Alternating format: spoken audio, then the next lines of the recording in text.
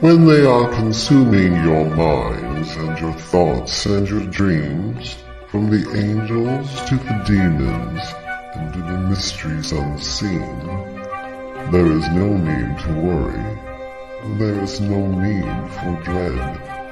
It's just time to discuss the thing at the foot of the bed.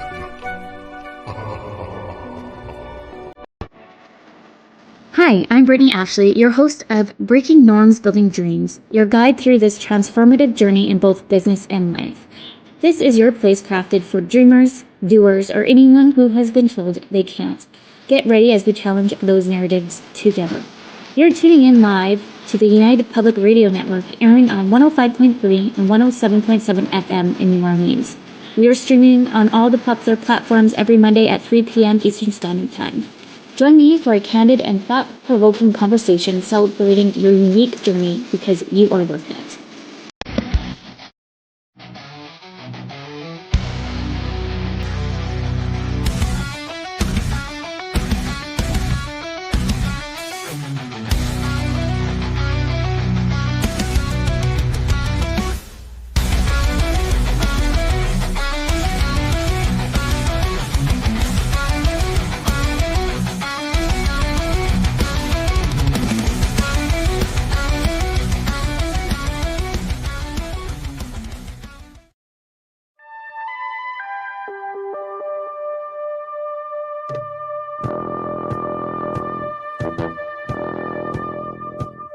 Tune in to UFO Undercover, Wednesdays at 8 p.m. Eastern, with your host, Joe Montaldo, right here on the Paranormal Radio Network.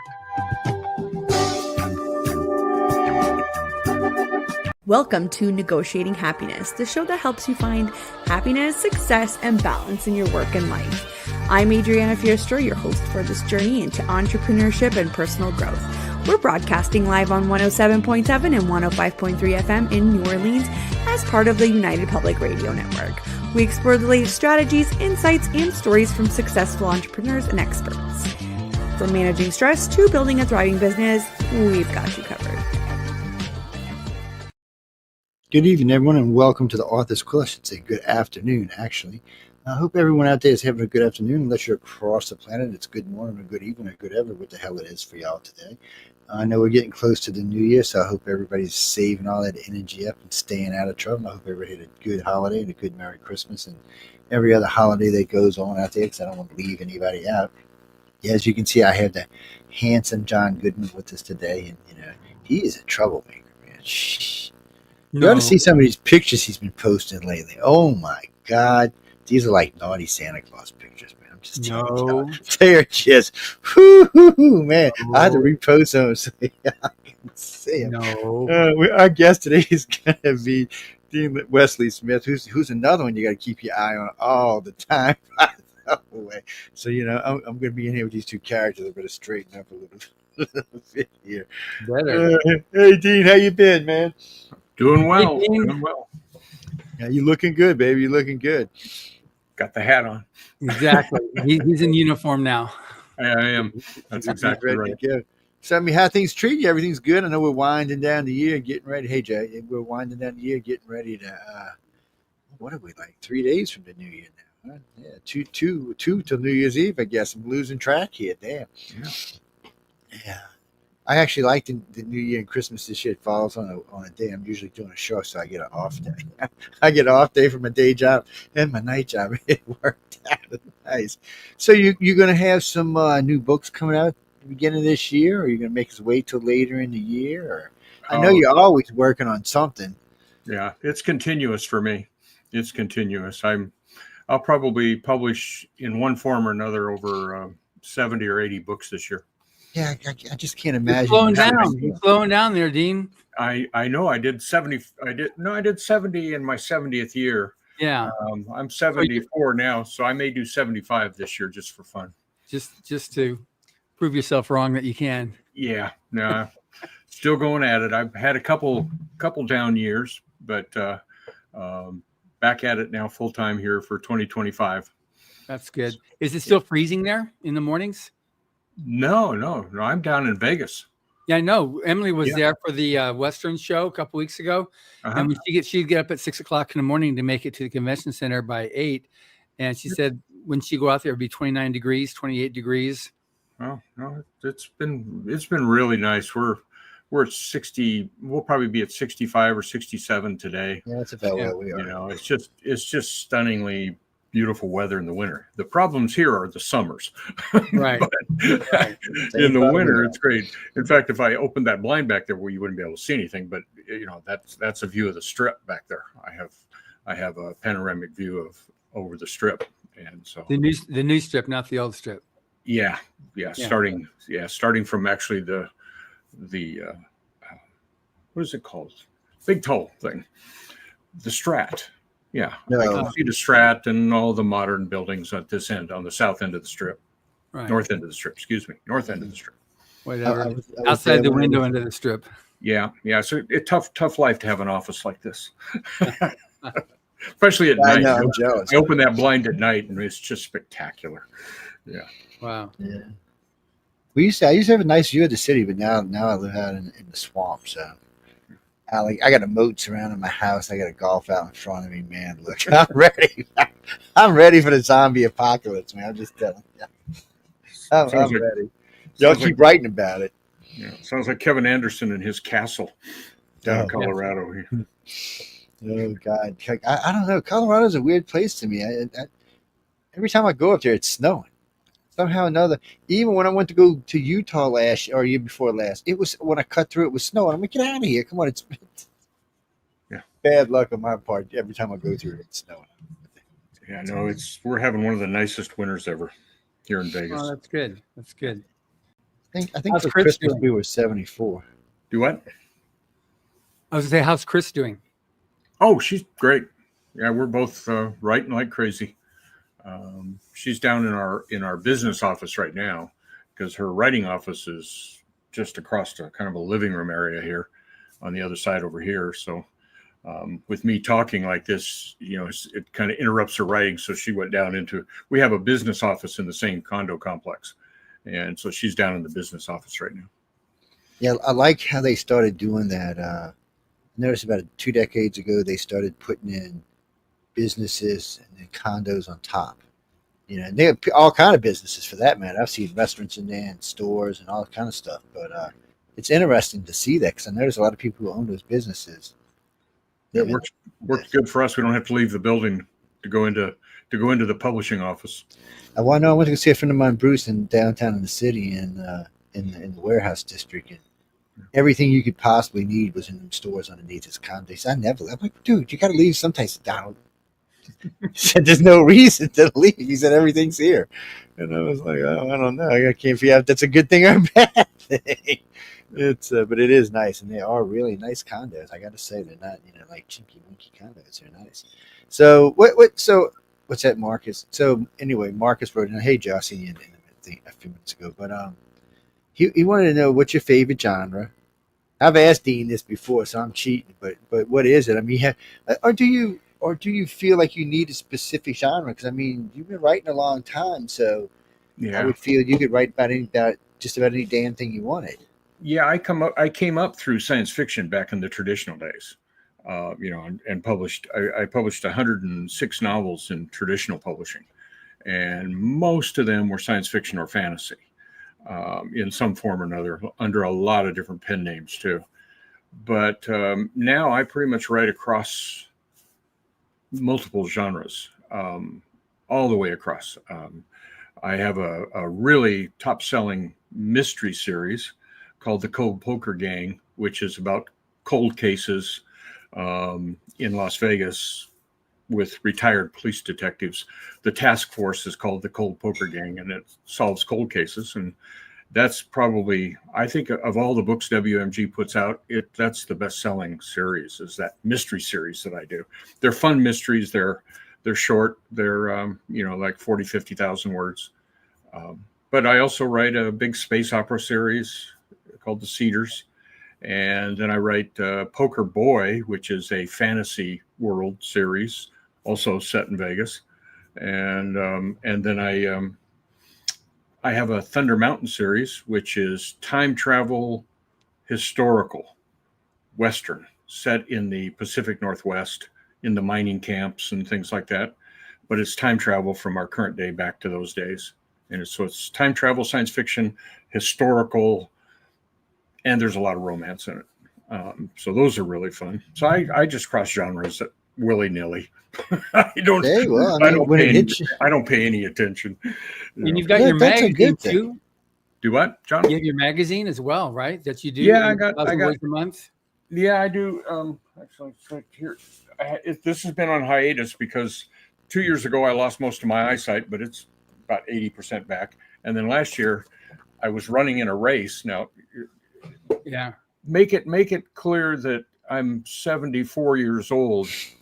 The word running and 74 should not go together. Yeah. The world taught me a lesson.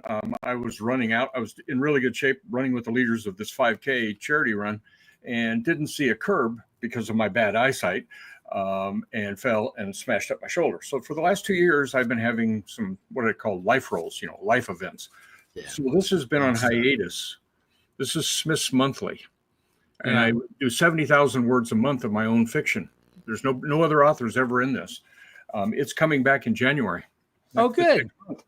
And so it'll be back to a monthly, but it's just great fun. I don't expect anybody to subscribe because it's just reading 70,000 words.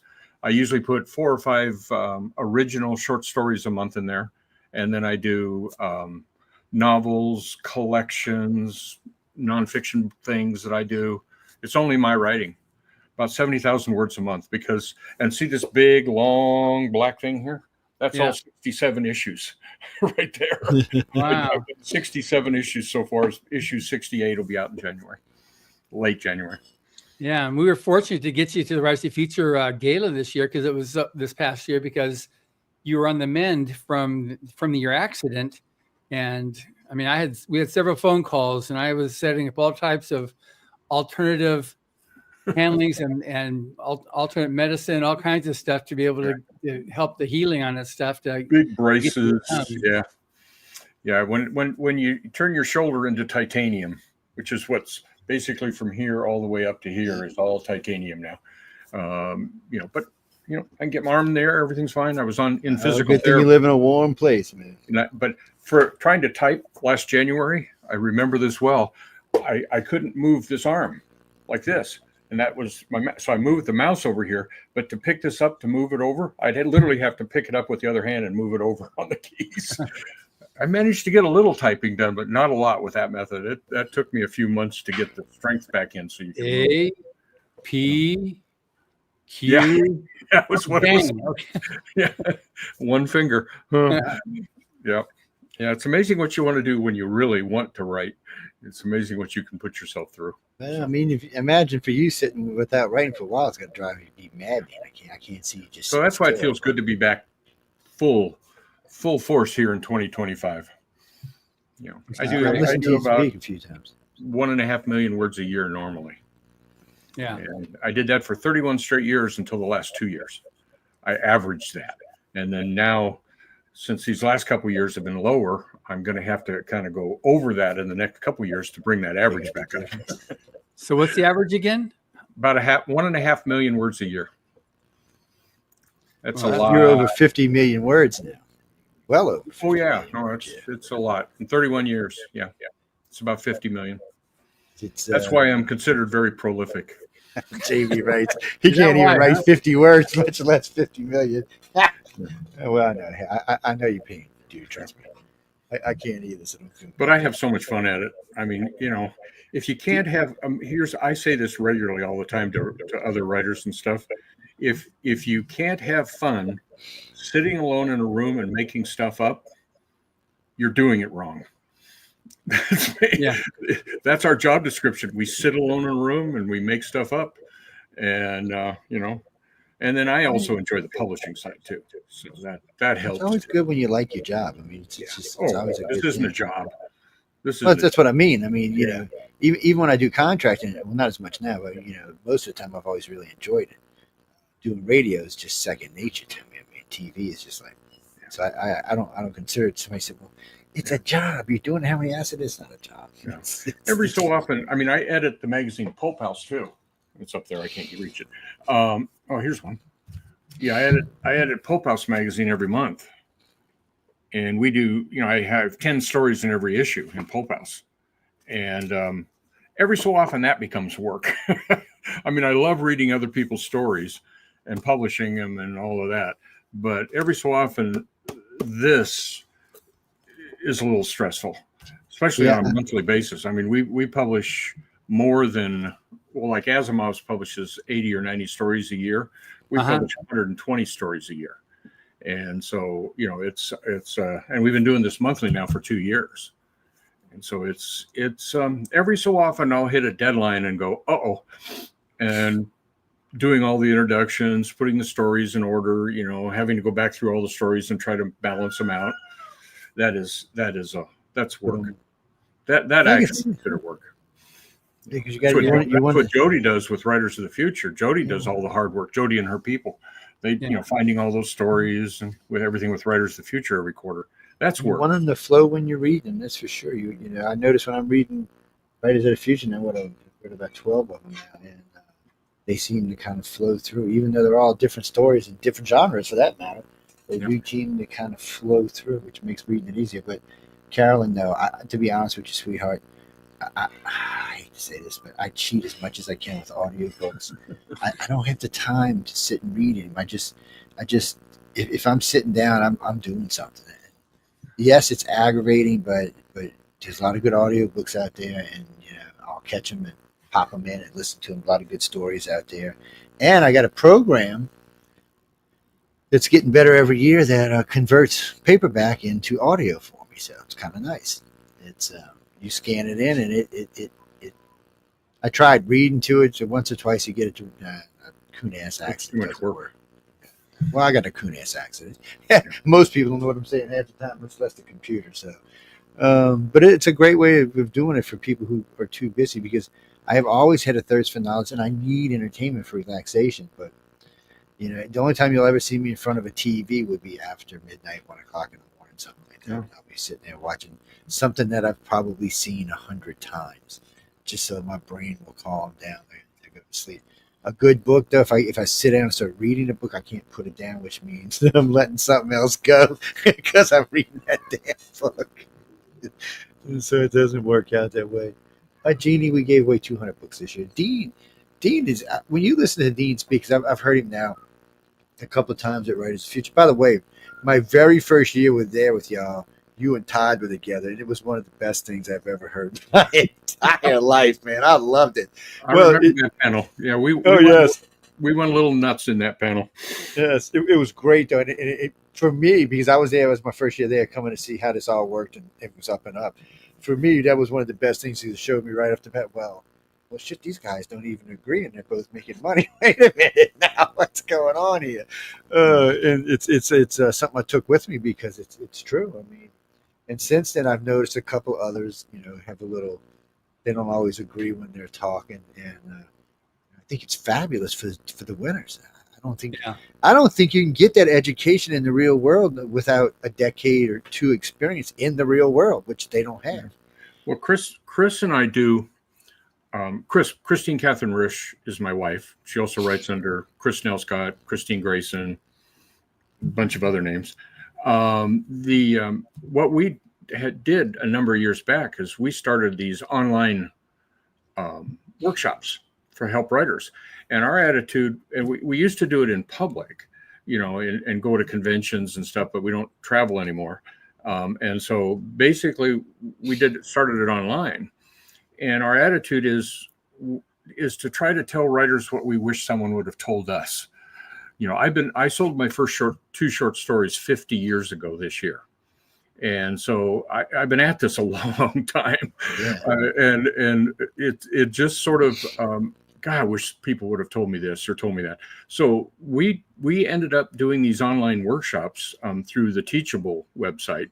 And you can find out how to get to it by going to my website, which is deanwesleysmith.com. Because right now we're doing the 12 Days of Christmas Workshops sale. And we've been doing this for 10 days, 2 more days to go. And they're still all available there from all of them in the sale. But as I'm going through this and picking out workshops to put in this, it dawned on me how big this thing has gotten. We have a full university program worth of stuff. We have over 400 classes.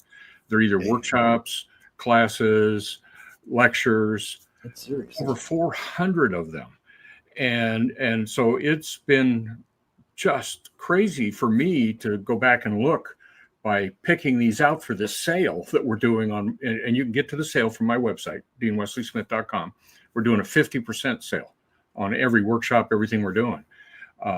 And so you writers out there who want to kind of get ready for the new year, there's a bunch of stuff to do it. And we just have fun with it. And we've been doing this now for so long that it built up to this size. And we never intended it to do this. We don't really, other than something like I'm doing now, we never promote it. It's just, if you know it's there, then writers come and find it. Other than on my website once in a while, we never really promote the workshops at all. And so it's just like, well, if you're there. In fact, when I'm down at Writers of the Future, I don't really promote our workshops. I never, John never hears. Actually, I've never heard you promote anything, to be honest with you. Yeah, most people don't even know they're there. And so it's kind of one of those things. But right now, it's been interesting for me to realize how big it got. We didn't intend that.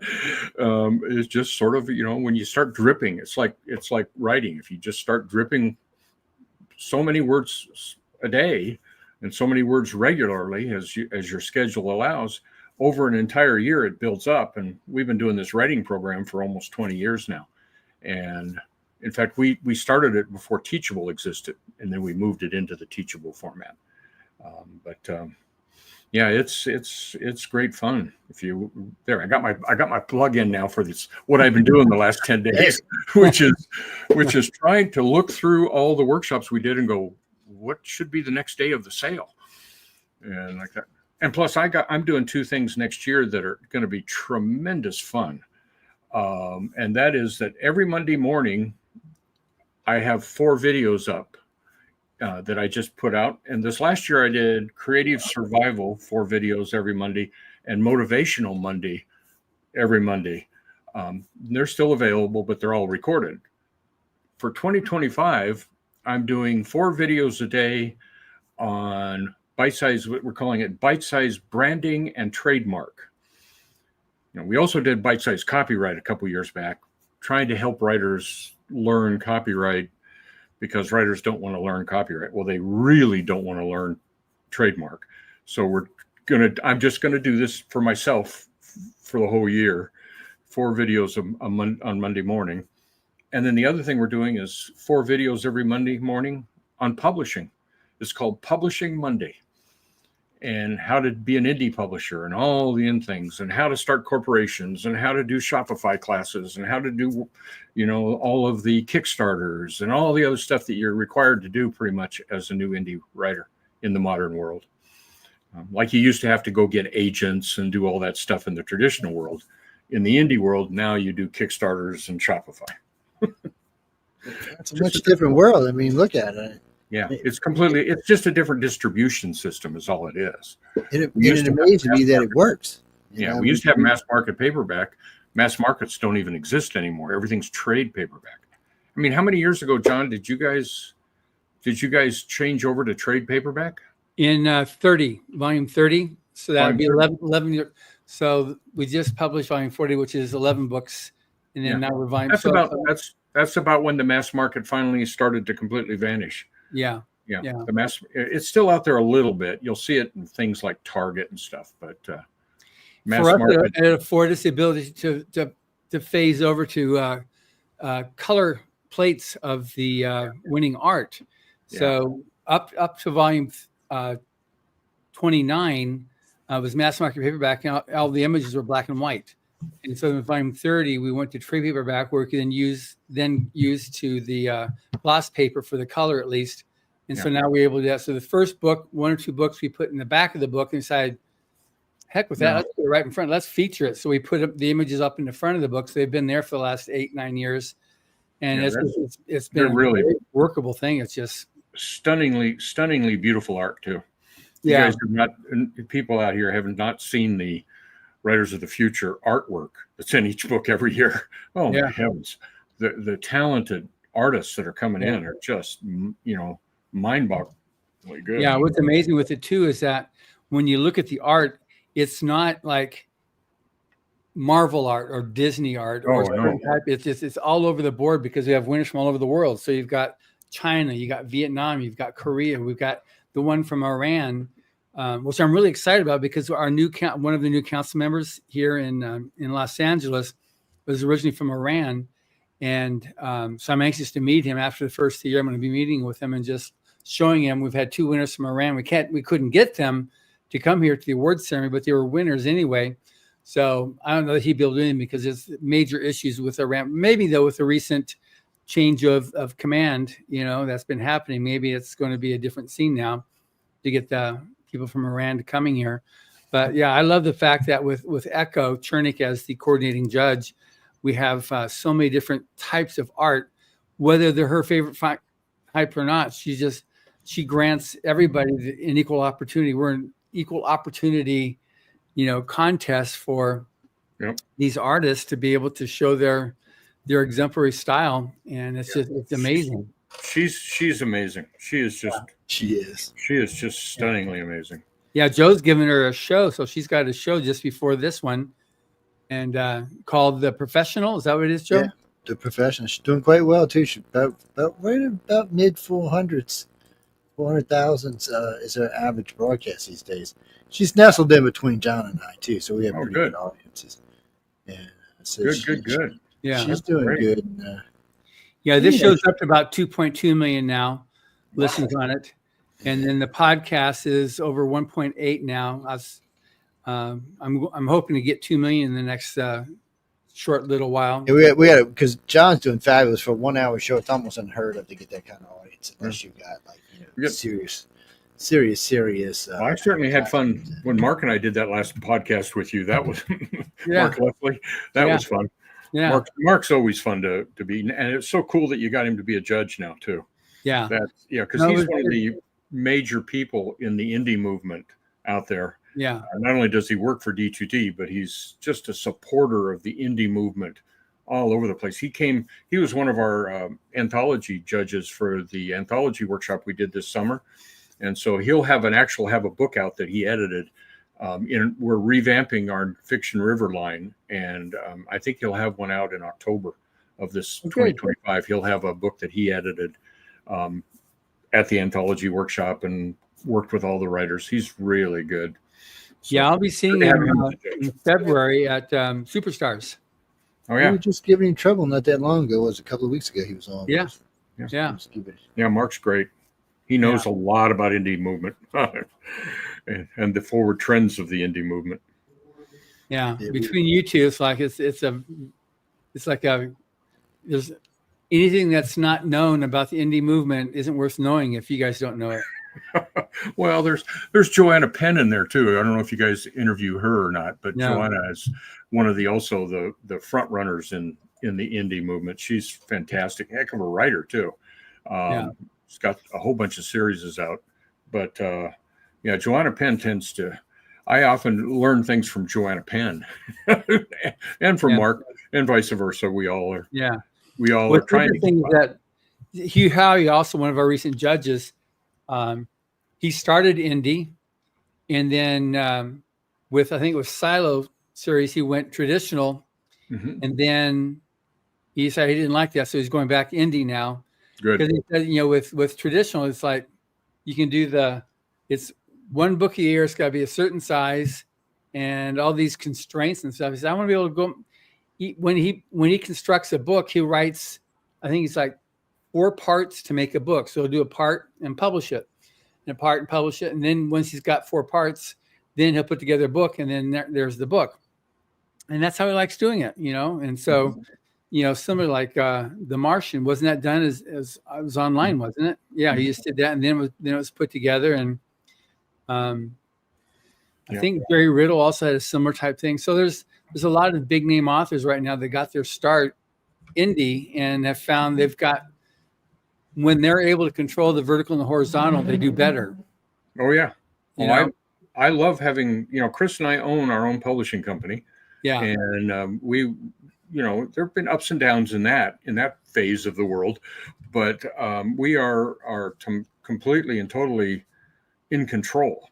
Now we try to get trusted people and good stuff. We just did a real small Kickstarter. It was $3,000-$4,000 Kickstarter for 7 days right before Christmas, because last year Chris had written a new Grayson novel that was in what she called the Santa series, and it's Santa's Family, and it was the 5th book in the series. So we just did a Kickstarter for 1 week and got the books to everybody before Christmas.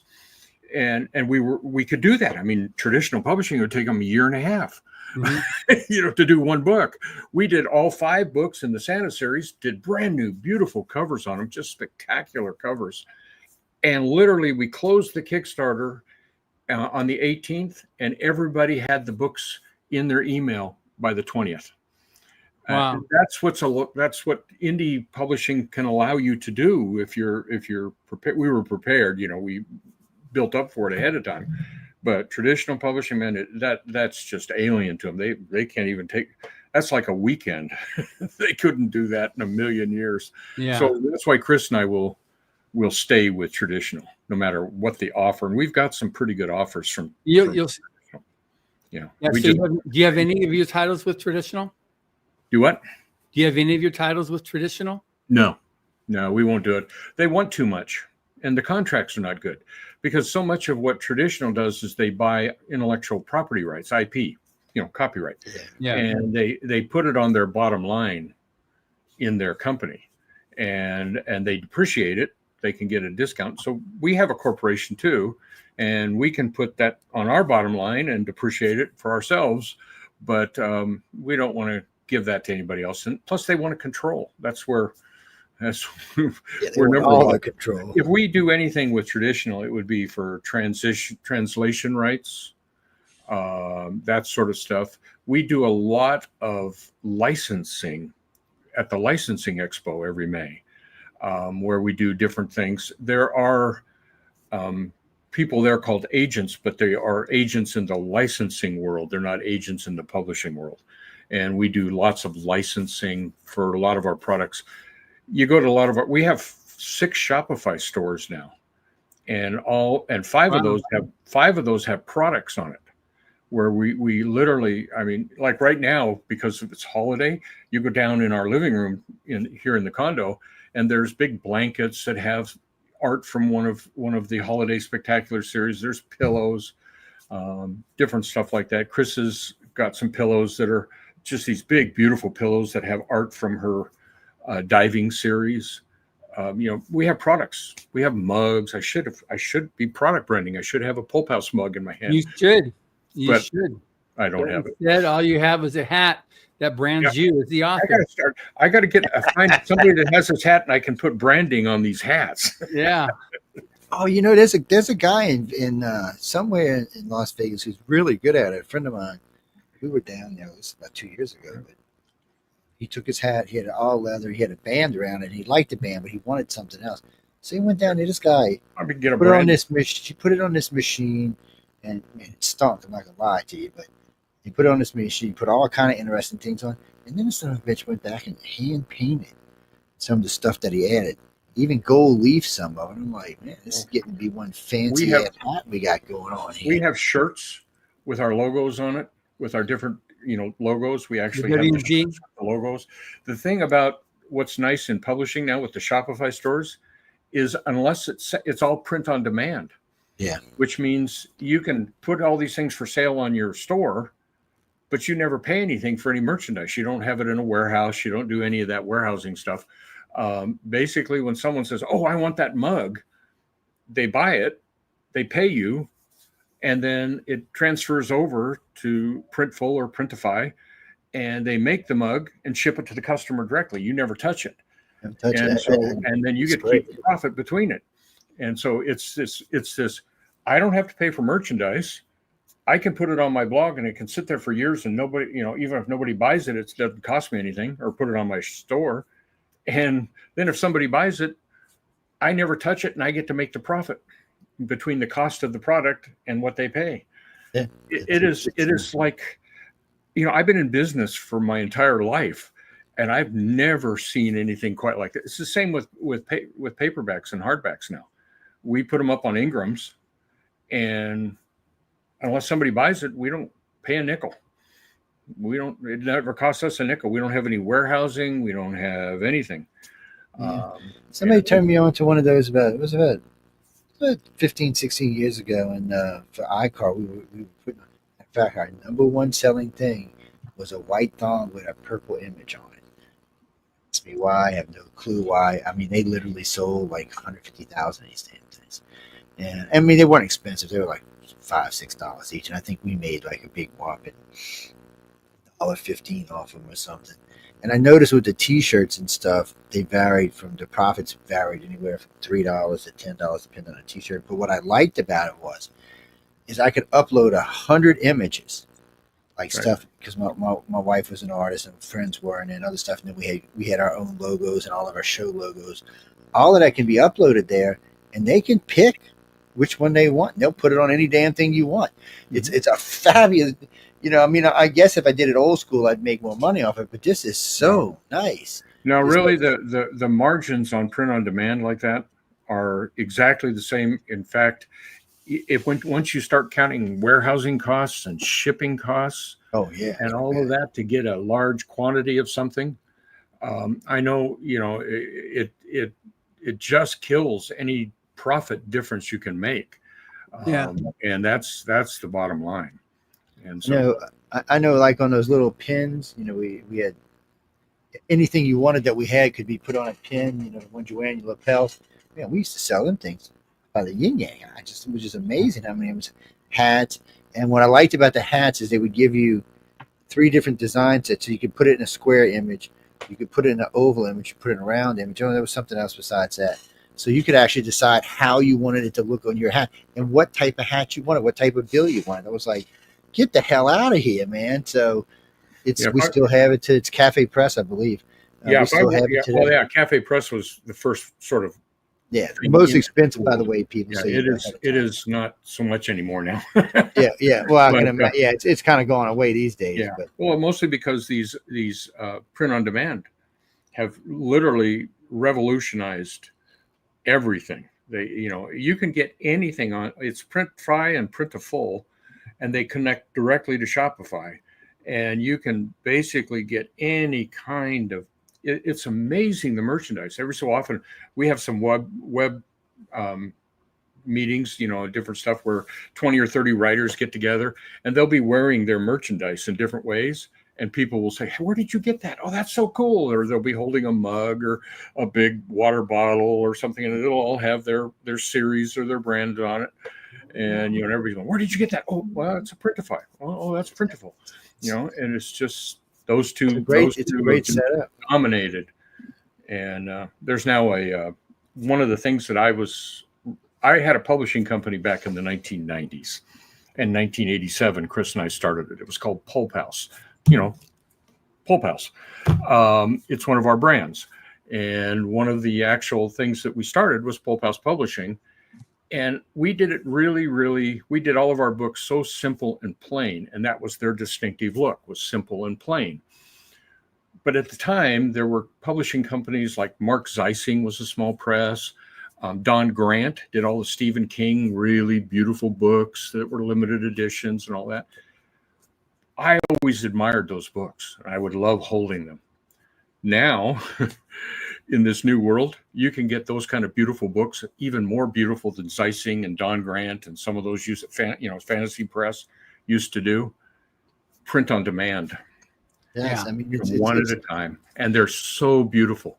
I mean, they're expensive. You'll pay $30-$40 to get a book done, but or if you get 5 of them done, you'll pay $35 instead of 40. But then you charge $70 or $80 for the book because it has these beautiful. It's everything's beautiful, and the art's color all the way through, and it's beautiful dust jackets, and then the dust jackets are printed on both sides, and it's what writers are doing now. We've done a few what we call beautiful books, but we haven't moved into that full, oh my God, look at how beautiful this is level yet. But like there's a lot of writers. Lisa Silverthorne, which is one of your winners, John. Yeah, last year. Yeah, last year. She is doing, I just got a beautiful book from her that I backed in her Kickstarter. And I backed it, and you just kind of hold it and don't want to open it almost. It's so incredibly beautiful. And this is out of Book Vault. It's and boy, I'll tell you, Book Vault has its issues at times. They're a little slow. They're still growing, but boy, they can do some beautiful books. Yeah, they really can. So the new world is on us. Yeah. Now, one thing is a bridge to people, some people know, but most people don't know, is that Dean was the very first person to stand on the stage and be acknowledged for Writers of the Future way back 40 plus years ago I guess it was in Los Angeles. Yeah. In 1985. And was in volume 1 of Writers of the Future. And you became a judge, 20 years ago? Yeah, I was invited to be a judge farther back than that. Yeah. But at the time, I was working at Pocket Books on Strange New Worlds, which John Ordover, the editor at Pocket Books in the Star Trek department, he and I really loved Writers of the Future and what you guys were doing with Writers of the Future. So we just ripped off the idea for Star Trek. I mean, we just flat stole it. And we said, okay, it's got to be a contest. Otherwise, the copyright issues are problems. And we went, well, Writers of the Future is doing this really incredible contest. And by the way, I was #1 person in it. I wasn't a winner. I was one of the finalists. Finalists, yes. Yes, I was a published finalist. And that's why I got to go first, because Algis Budrus, who was the head judge and the person who helped with L. Ron Hubbard start the whole thing, it was at Chasen's restaurant, which is the very famous restaurant in Hollywood that's no longer around, which is too bad. There was a little stage. It wasn't like your incredible stage now where you have to go down 10 steps and all that. There was a step about that high. And AJ was deathly afraid that someone was going to trip going up that step. Just deathly afraid. And he was behind the podium, and up on the thing was Roger Zelazny, Robert Silverberg, Greg Benford. They were up there helping AJ. And so he wanted someone like me that he could trust to not trip, which was the reason that he stated that I was the first one across the stage. I love that story about Dean won't trip, let him go first.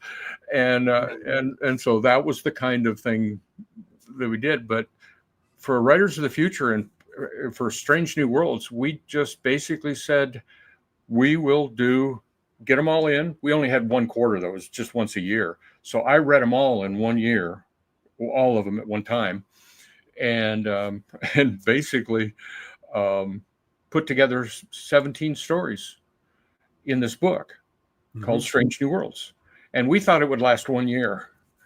And that was the point where you guys first asked me to be a judge. And I went, I'm kind of doing this other contest. It's exactly like, Yeah. And it ended up lasting 10 years for Pocket Books. And I found a lot of writers that went on to major careers. I didn't even have to ask my wife as many times as I asked you. Yeah, I was a bunch.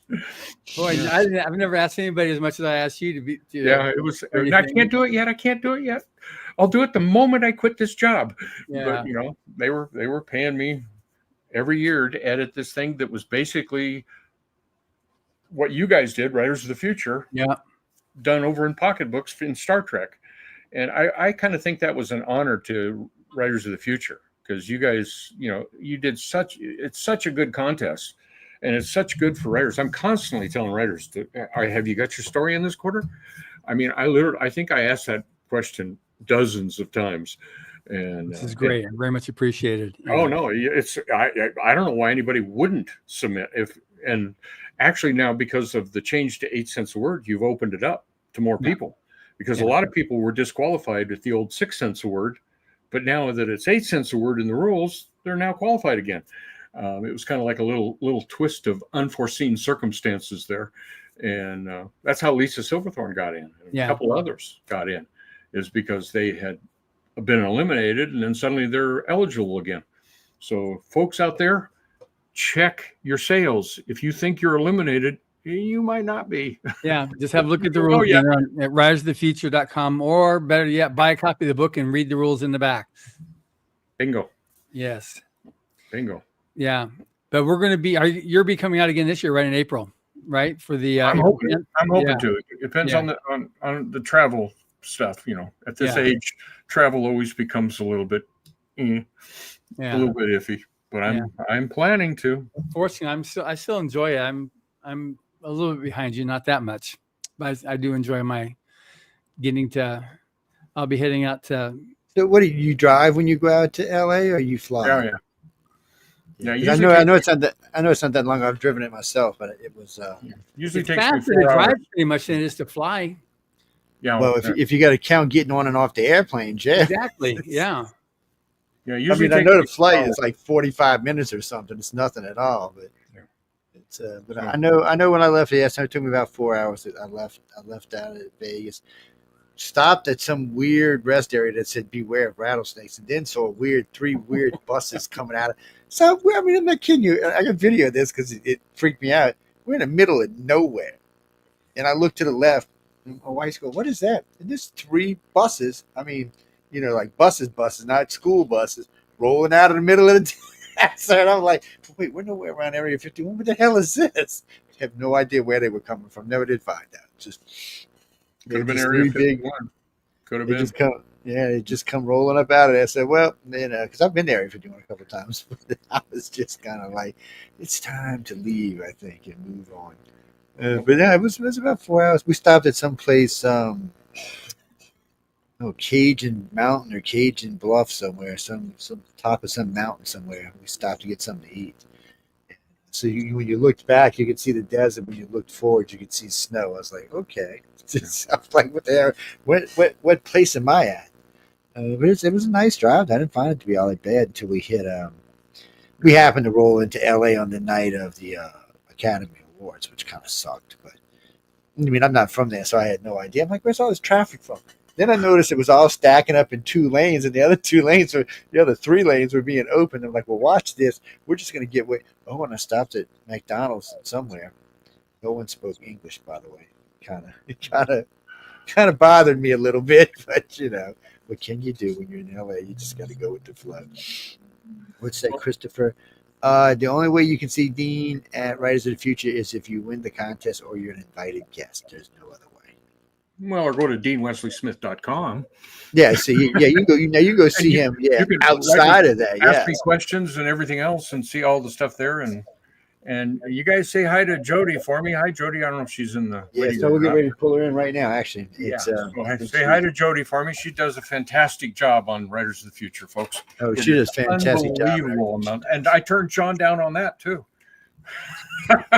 Poor John. He gets abused a lot. Sorry, John. We're probably the 2 guys that abuse him more than anybody else does. It's I give Bill a hard time about Jody all the time. When I was having lunch with him and what's his name, Henry from Dragon Con. I was like, Bill, you Jody's old man, really? Are you sure? I didn't think she was married. He's like, Joe. I want to say something to all the writers out there. Good. Get ready for 2025. It could be a good writing year. Ooh, I think it is. Ignore the world and focus on the writing. Good. I think 25 is going to be a good year in a lot of ways. Motivational speech. There you go. But I think you're right. I think it's going to be a good year for a lot of things. Yeah, we'll have to wait and see. Focus on the writing. That's right. Ignore Putin dropping nukes on your head. You can still write. Climb down in the cellar. Yep. When you come out. Oh no, you're always great to talk to. Yeah, always fun. Yeah. Always Thank you very much, Dean. You're welcome. We'll see you guys. It's always a blast. Actually, in person, in hopefully in April, right? Yeah, exactly. Hopefully in April. You don't go to Superstars? Do what? You don't go to Superstars? No. Okay. He is a superstar. You don't need to go to damn superstar. Too much travel. I go about every 4 or 5 years. Yeah. You know, and Kevin's a good friend of mine, so I see him all the time when he's down here in Vegas and big guy. All of that. And John, next time you're in Vegas, call. Chris and I will meet you lunch. Yeah, I was going to go, but I didn't end up going this year to. Okay. So I wasn't there, but next time I go there, whenever that is, I'm going to call you so we can have lunch. If we're available, we'll go. Great. This skinny butt had just gotten back from Germany. He didn't need to be hanging out in Vegas. He needed to take a vacation. But he don't vacation. But anyway. No. Okay. Anyway, thank you very much, Dean. Thanks again, Dean. You were great. Happy New Year. Happy New Speaking of Year. that, Jody pops right in. Look at that. She I got hair. All right. Yes. Okay. You can say hi. You can say hi to Jody Hey, before you leave. Jody. How Hi, are Jody. you? Bye, Jody. Hi, love to Chris. Will do. I'll tell her. Kick me off of here, guys. All right, man. We'll put you out of here in a second. Yeah. But we dropped you down there. That's not where I wanted to drop you. Kick from studio. There we go. There we go. He's been kicked out. Welcome, Miss Jody Lynn Nye. How are you tonight? Okay. Running hard. I just got home from a trip. Like 20 minutes ago. Oh, girl, you worse than me. Just vacation and come back from work and then walk in and start doing stuff. I was working. Well, Is that one of those work cruises that you and Bill do, where you speak and do all kinds of stuff? Yeah. Mm-hmm. Yeah, always they've try to got put in the some proper fun, though. definition of work.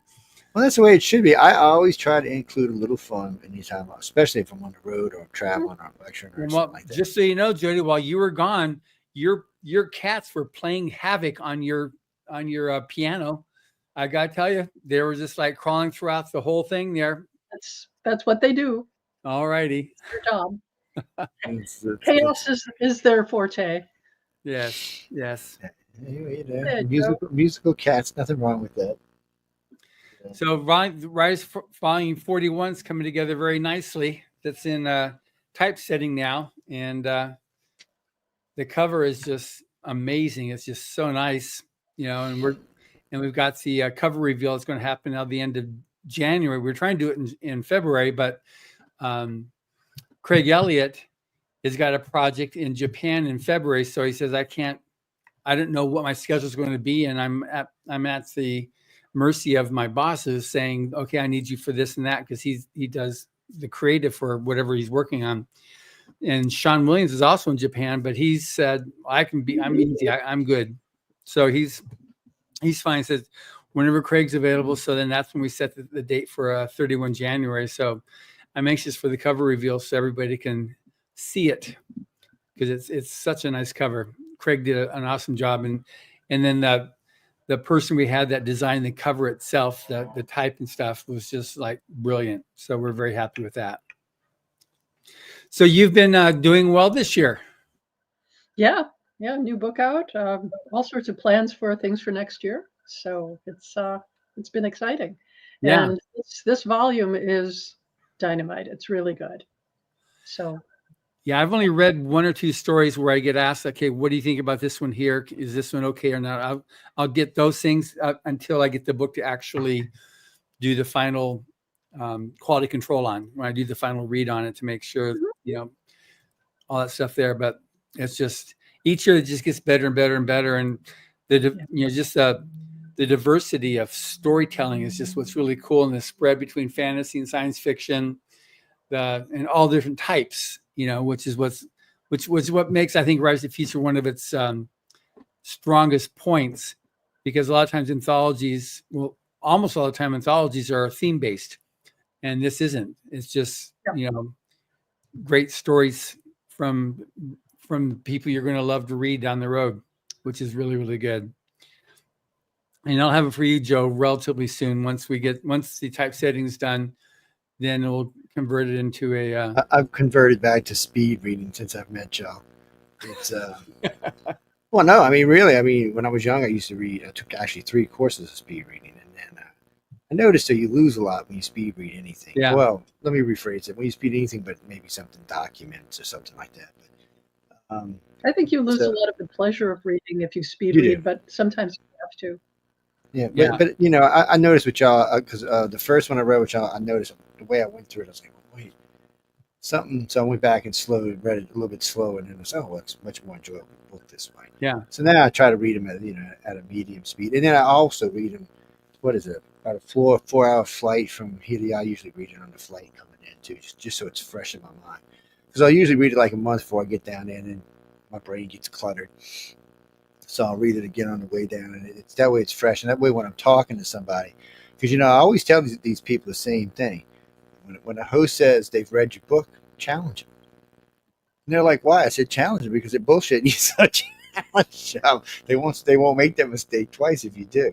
I said What's because funny is when I do the interviews on the podcast, because the authors are so not used to having the host having read their book. And so I start asking questions. But yeah, when you talked about this in here, they go, "You actually read my book?" I said, "Yes, I read your book." It makes for a much better interview because I can then, you can find out you find out people's beliefs and sympathies and philosophies and past and why'd you do this instead of that and the types of language that they use and whatnot. It makes for a lot better interview than just saying, "Yeah, so you wrote a science fiction story. That's pretty cool." The only time I don't really read a book anymore because some people will send me an audiobook and then some people will send me 20 questions. You want to piss a host off, send him 20 questions. Right off the bat, you don't aggravate it. Well, no, I guess not really. George Norrie prefers that you send him questions when you go on his show. So I didn't hear that. What'd you say? George Norrie prefers that you send him questions if you go on his show. He wants you to send 20, 25 questions. I don't have to anymore because he knows me, but still. And I guess it is a nice cheat, but usually I've either read the person's book or did some research on the individual themselves, or dug down and found out some good gossip or something like that to make the show more interesting, things like that. But it's no Jackie. That's Jody. Jody is the one who makes sure everything works right on the book. She's the one who makes sure the judges don't get nobody's name or anything. Yes. She's the coordinating judge for the contest. So she's over the Writers of the Future. She's the one that makes the final say on what goes in the book. And in terms of stories that she passes on to the judges. And once they say that what it is, then she helps them putting together the order. She has an essay at the beginning of the book about, this year in Writers of the Future, it's a little bit of roundup and what she's looking forward to. And it's just a few different tips and inspirational notes to get people to enter the contest. That's right now with it's been that way. I mean, maybe it's always been that way, but having a venue that you can then take advantage of to get yourself known above the din of stories out there is it's becoming more and more invaluable because there's over 3 million books published a year right now. So anybody that's at this point now, about every other week, I see a press release coming out from somebody who says they won an honorable mention in Writers of the Future. It's not a reject, it's a win. It's just so well known now. And there's like the top 10% of people entering the contest. But if you're a winner, obviously that's just like, that's the cat's meow, to put it in Jody's, lexicon there. But it's otherwise, what it's done, because over 40 years now, as it just gets better and better and better as more and more people enter the contest. And it's not once, and with the various people like you, Joe, who have gone to try to poke holes and see, okay, now where's the I was a real asshole too, excuse my language. Yeah. Jody. Sorry. Yeah. Yeah, he gave me a run for my money. But yeah, it's funny. Somebody from the Times-Picayune had asked me about that. They actually asked me my affiliation about something else, and I said, "Well, that's not what this is about. This is about Writers of the Future." And we got to talking. He's like, "Wow." I said, "Oh yeah." I said, when I told him, I said, "No, I was giving this poor guy just nothing but hell." said, y'all full of it. It doesn't work like that. Nobody has blind judging. Y'all smoking weed or something. And the little cub report is going on and on. I said, well, you know what? I said, in the end, I said, I endorse them on a regular basis. I said, I give their website up to, like, in 2024, probably 20 or 30,000 times. I said, I tell anybody who's a writer or an illustrator that you should get involved. You should submit. And I said, because the only way you're going to win is to submit. And I said, and I back everything they do, and I endorse them 100%. I said, but 5 years ago, if you'd have asked me that question, I'd say, what are you, stupid? She just started laughing. And I was like, no, I'm serious. I said, but since then, I said, I have met the judges, the people who work there, the winners, the losers, everybody in between. I said, it's not what I thought it was for sure. And I said, everybody is on the up and up. And I said, I've made friends with a few of them. I harass a few of them. Like poor Jody, I harass her the whole time. I just harass her. She's just like, that's okay. I was harassing your husband last year. Are you right? I was like, are you sure you're married to Jody, Bill? I'm not sure about that, man. I think she's single. He's like, I was single here.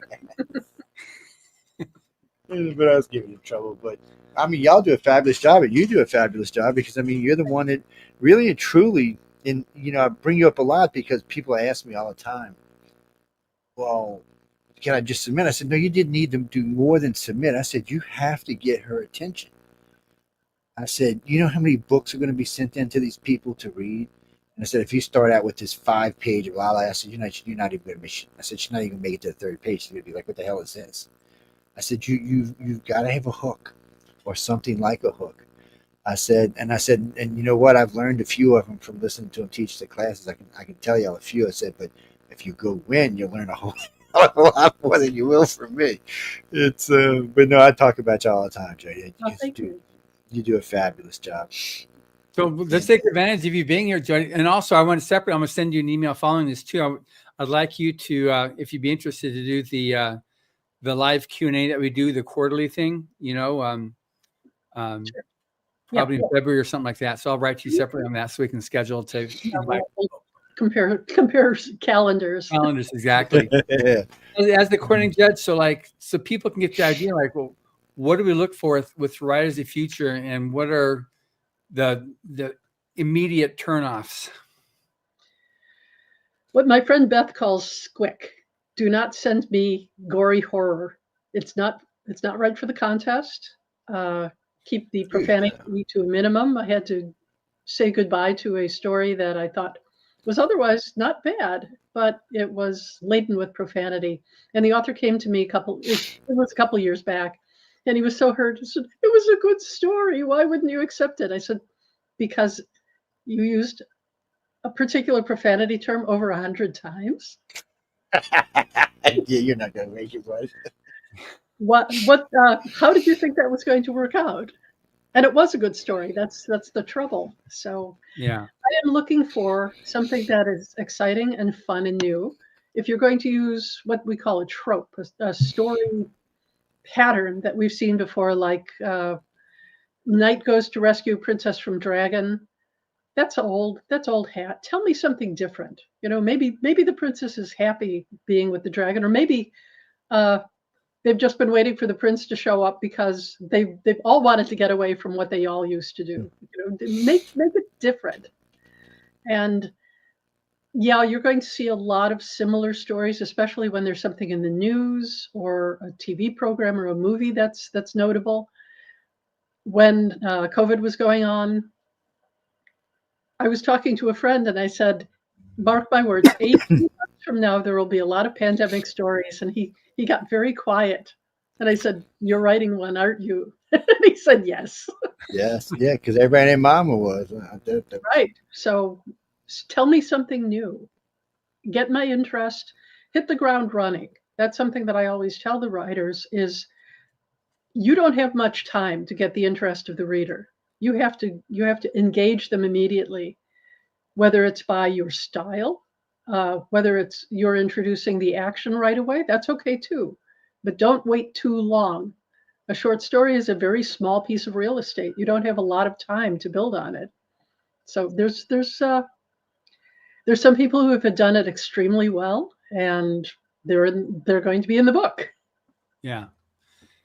And then some people also have tried to put too many stories into one story. You've got like one arc you can really effectively do in a short story to try to build a novel series of like 5, 10, 20 arcs. You know, you're not going to get Stormlight into a short story. So what's your I know they can write up to 17,000 words, and I always tell people PG-13 or under, but I notice a lot of the stories I read are 5, 6, 7,000. Is that like an average? Or yeah, I was just curious. That really is the sweet spot for a short story.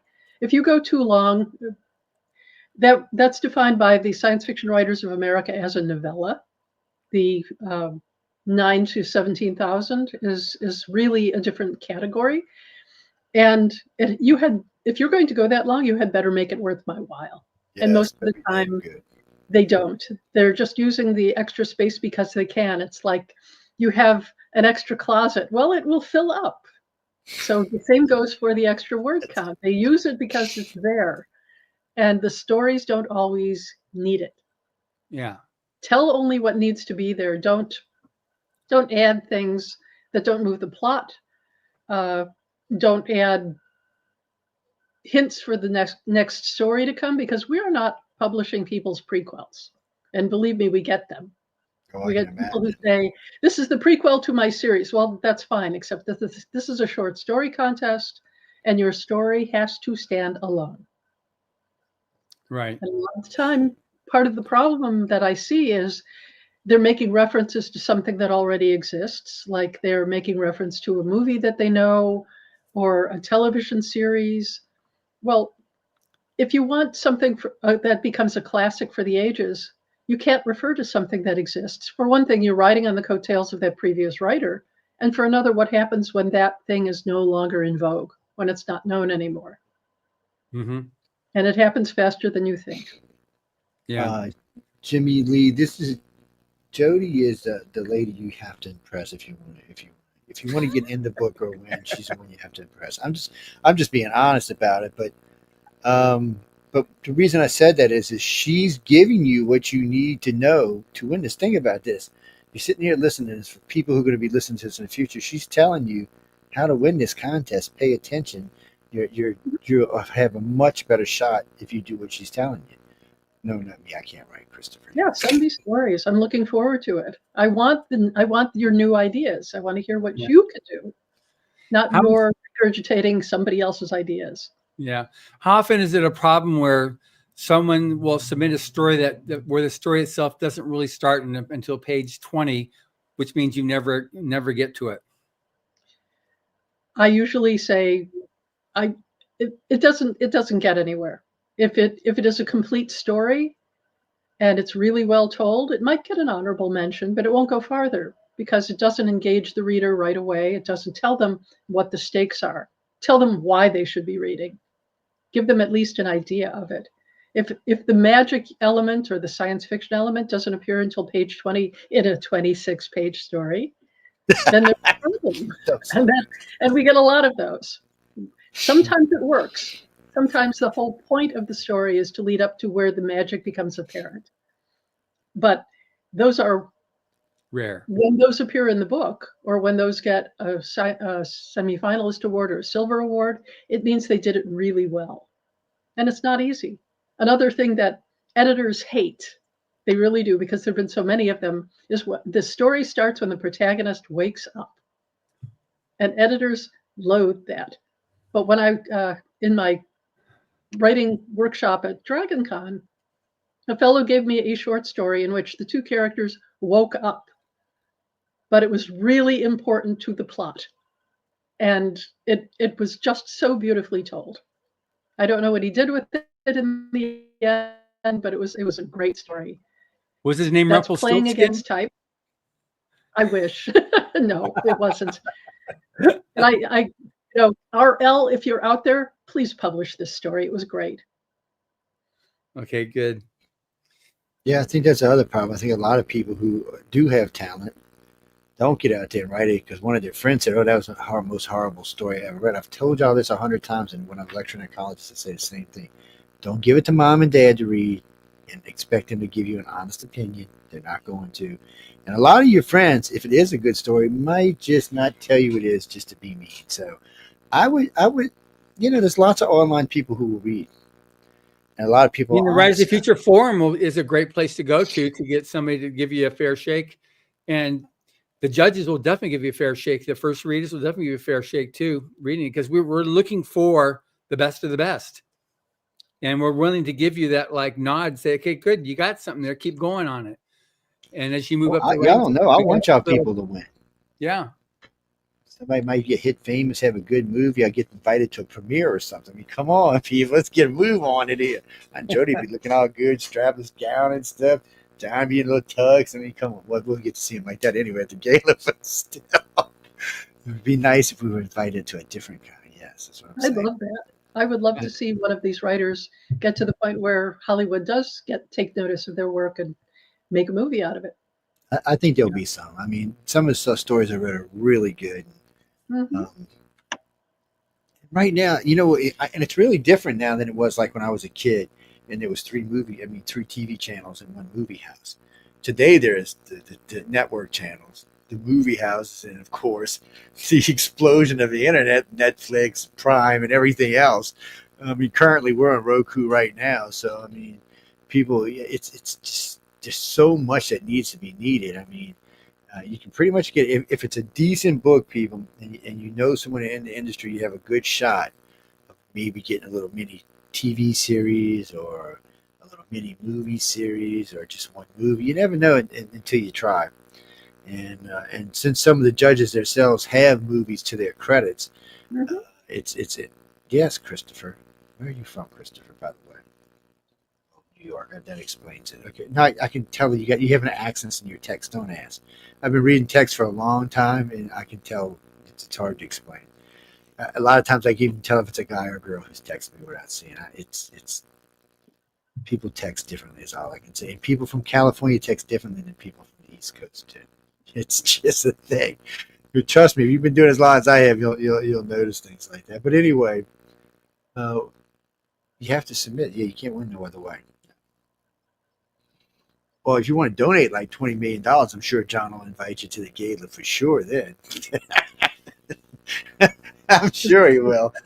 Give you a break, man. We'll even give you one of those In-N-Out burgers we saved everybody. Yes, I tried to steal one last year, but I felt guilty, so I didn't. It's bad when you feel guilty about stealing an In-N-Out burger. What's a Dean? I'm sorry. What is it? Oh, that's a P. Peen? Like P. P-E-A-N, Peen Latrante. I'm sure I'm butchering this bad. Anyway, we're just going to call you P. Where are you from, actually? Pakistan. That don't sound like no Pakistani. Oh, you're French. You're a French person living in Pakistan. Okay. Well, yeah, they'll fly you in from Pakistan if you win. Oh, yes. Now, the thing you got to do, and I tell people, and they realize, wow. When I did a show with somebody in South Africa last month, he just says, wow, I learned something new there. Like, I can't get a visa for somebody who's just a single male, single female with nothing, no ties. I'm not going to get a visa for you to come to the United States. You have to go get married, have a family, or have babies, be a member of be going to university. We have a girl coming this year who couldn't come last year because she was single and with her mom coming, and they said, you'll never go back home from somewhere there. And the bad part is it's probably true, though. That's the bad part. We've had 2 winners from South Africa, couldn't get. We've had 2 winners from Iran that we couldn't get. We've had her from, I think she's Uzbekistan. She's one of those European countries. We couldn't get her. So that's an issue that we do have. So while we have winners from all over the world, we also need to have you in a position where you can get a visa. Peen, you can go. You're from France and you have a passport, so you wouldn't have a problem. Yeah. Didn't we have one from Africa who couldn't come in? Yeah, we've had 2 from Africa that couldn't. Yeah, it was unfortunate. And South America can be sketchy, even though it shouldn't be. Venezuela, Cuba, places like that can be sketchy getting somebody in from. Yeah, a couple of years ago, we had 2 winners from Central America. For the first time, we had winners there. And when they were both single males, they're just like that. One of them went to get his visa, and he brought his letter from Johnny Labaki saying, inviting him to the United States for this thing here. And the gals at the visa got the letter and looked at it and went, "Huh? You want to illustrate the future? Congratulations," and stamped it. She'd heard about it. It was familiar with the contest. It was an international contest. Congratulated him, and he got his visa stamped right away. It was like that Just was tell you she's cool. a reader. Oh, the two Costa Ricans, they were awesome. They were terrific guys. Oh, what's his name? When I found out he was an attorney, it still messes with me. Pedro? Yeah, Pedro. It still messes with me when I found out he was a lawyer. I'm like, no, dude, no way. You can't be I said, I know a lot of lawyers, man. You've got some of my family. Yeah, Says, Pedro, no way you can be Pedro Nascimento. And then we also had a couple of years ago, wasn't it? She wrote the that one story about going back in time, is time travel, going back and getting Hitler accepted in art school. The name of the story is Trickle in Time. It was Elaine Midco. Elaine Midco. She was also a lawyer. She's a retired lawyer and is going now for, doing her writing. She came last year, I guess, to when we were at the show at Tampa Comic Con. She came there to visit for a day. Yeah, it was good to see her. It was very nice seeing her. She's a hoot and a half. What is that, Stephanie? No, we're not hating on lawyers. It's just lawyers don't usually tend to be the creative types. They tend to be the murderous, no good, you know what types. No, I'm just kidding. I'm just kidding. No. Actually, my nephew just passed. He was an attorney, very famous, very wealthy. But no, I know quite a few attorneys, and a lot of them are good people. They're just not. None of them are really creative. Not enough to really sit down. They can write a law book, mind you, probably in 5 minutes. But coming up with a story in fantasy or sci-fi or punk or steam or any of that stuff. There's some pretty what's the thriller, the procedural thriller. He's got Dan Brown. Isn't Dan Brown, Grisham and Brown? They're all lawyers, I think. David Drake was an attorney. Yeah. And because usually when I find attorneys writing stuff, it's usually something somehow or another that extends from their legal. Yeah, some type of notice being sent to you, Joe, is how you normally find these. No, not me. No, they don't send me stuff. They know better because they know what Joe's going to do. Joe's going to go whoosh, whoosh. So they don't even bother sending me stuff. That's a waste of time. No, Peter. What do you mean? Oh, yeah, I have been there 51 a couple of times, 5-6 times in a while. I don't write my experiences about Area 51 because it's classified and they'll put me in a hole somewhere. That's why. Give me a break, man. No, I've been in Area 51, not outside. I've been outside too. I've been inside today. It has to do with my security clearances. No, I don't know anything about any of them kind of things, so sorry. Maybe you can get somebody to write a book. Maybe we can talk Jody and find somebody who writes a book about aliens at Area 51. I have no idea. There have been. Yeah. In fact, there was an anthology a couple of years ago of short stories about Area 51. I guess it was some sort of anniversary, and there was an anthology of short stories. Yeah. It's it's so weird. You go down there, you go drive up to the gate. There'll be 10, 15 people standing around with their cameras shaking on the gate. It tells you no cameras, no touching the gates, all kind of stuff. Nobody pays any attention. No. None whatsoever. I'm like, and then the sheriff tells me, "Oh, if you get past the gate and the guards catch you, it's not a big deal. We'll put you in our jail and it's $750 to get out." I'm like, "What?" He's like, "Yeah, that's how they do it." I'm like, "So you tell me if I run across and jump in that gate and run down the street, they're gonna tackle me down and I'm gonna get out for $750 and get all that press with the same?" He said, "Yeah." I'm like, I don't like that idea. But if you get past gate 2, guess what? Then you got the sheriff no more. So the big boys come to get you then. Yeah, y'all don't remember, Michael, you don't remember when the airplane flew in Area 51 and the little dude disappeared for like a week? Nobody knew it because he was in Area 51. That's why. Nobody, even the president's not allowed out there. People, come on, give me a break. No, we don't go there. You can submit us at writersofthefuture.com. Yes. All the rules there. Everything you need to know is there. And the easiest way too to know like what we're looking for is get a copy of the book and read it. Yes. I mean, those that's easy. They're the ones that actually won. Yeah, y'all see, there's a stack of them right there behind you. Look, help yourself. This is last year's volume 39. There we go. Jody's got it. Jody got it. Yeah. So this is volume 40, and it's I mean, these are the best new writers. And you take a look at many of the people that you read. If they weren't published in the book, they've definitely entered the contest and were honorable mentions, or they proed out before they were able to be published in there. But it's What are you talking about, Michael? Oh, that is that what you're talking about back there behind the Santa Claus? That's Wolf Moon's from when he was on the show a couple weeks ago. Yeah, that's his Patreon, but it's I have to pull it out. I'm too lazy to move everything, but send me an email and I'll send you the email. Yeah, he's got something going on. He was on talking about a couple weeks ago. You know what? Go to YouTube or any of the video shows and just look up the show. Author Quill, Wolf Moon. There you go. Yes. Look at that. That's how you go. What are you talking? She's not married to Dean. You just, people, y'all smoking some stuff today, aren't y'all? Does she look like she'd be married to Dean? She'd be slapping Dean. Just teasing for everybody writes to me. I've been ornery since Christmas. What can I say? You've been honored a lot longer than that, Joe. But anyway, That's true too. Actually, no, I know him. I mean, he's just as nice as chocolate pie. Yes. Yeah, Jody's married to Bill, and Bill's I mean, he's done it's probably easier list things that he's not done than things that he's done over his life and career. He got me some good guests recently too, including the gun guy, which was really interesting. It probably drove John to want to jump off a tree, but for geeks like me, it was just fabulous stuff.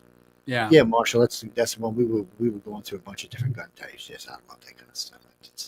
But Bill's also he's also the kind of stories that to me are the scariest are the near future science fiction military.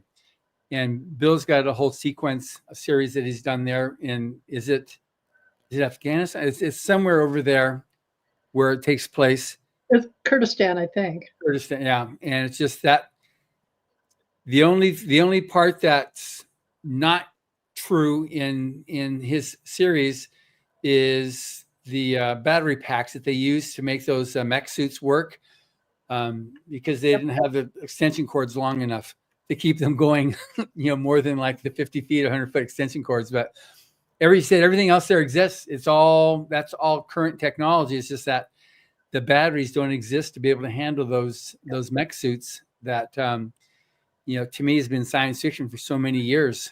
And it's just the fact that stuff is there and suits aren't science fiction anymore. They're building them. No. So. Yeah. And there are for a long time, but yeah.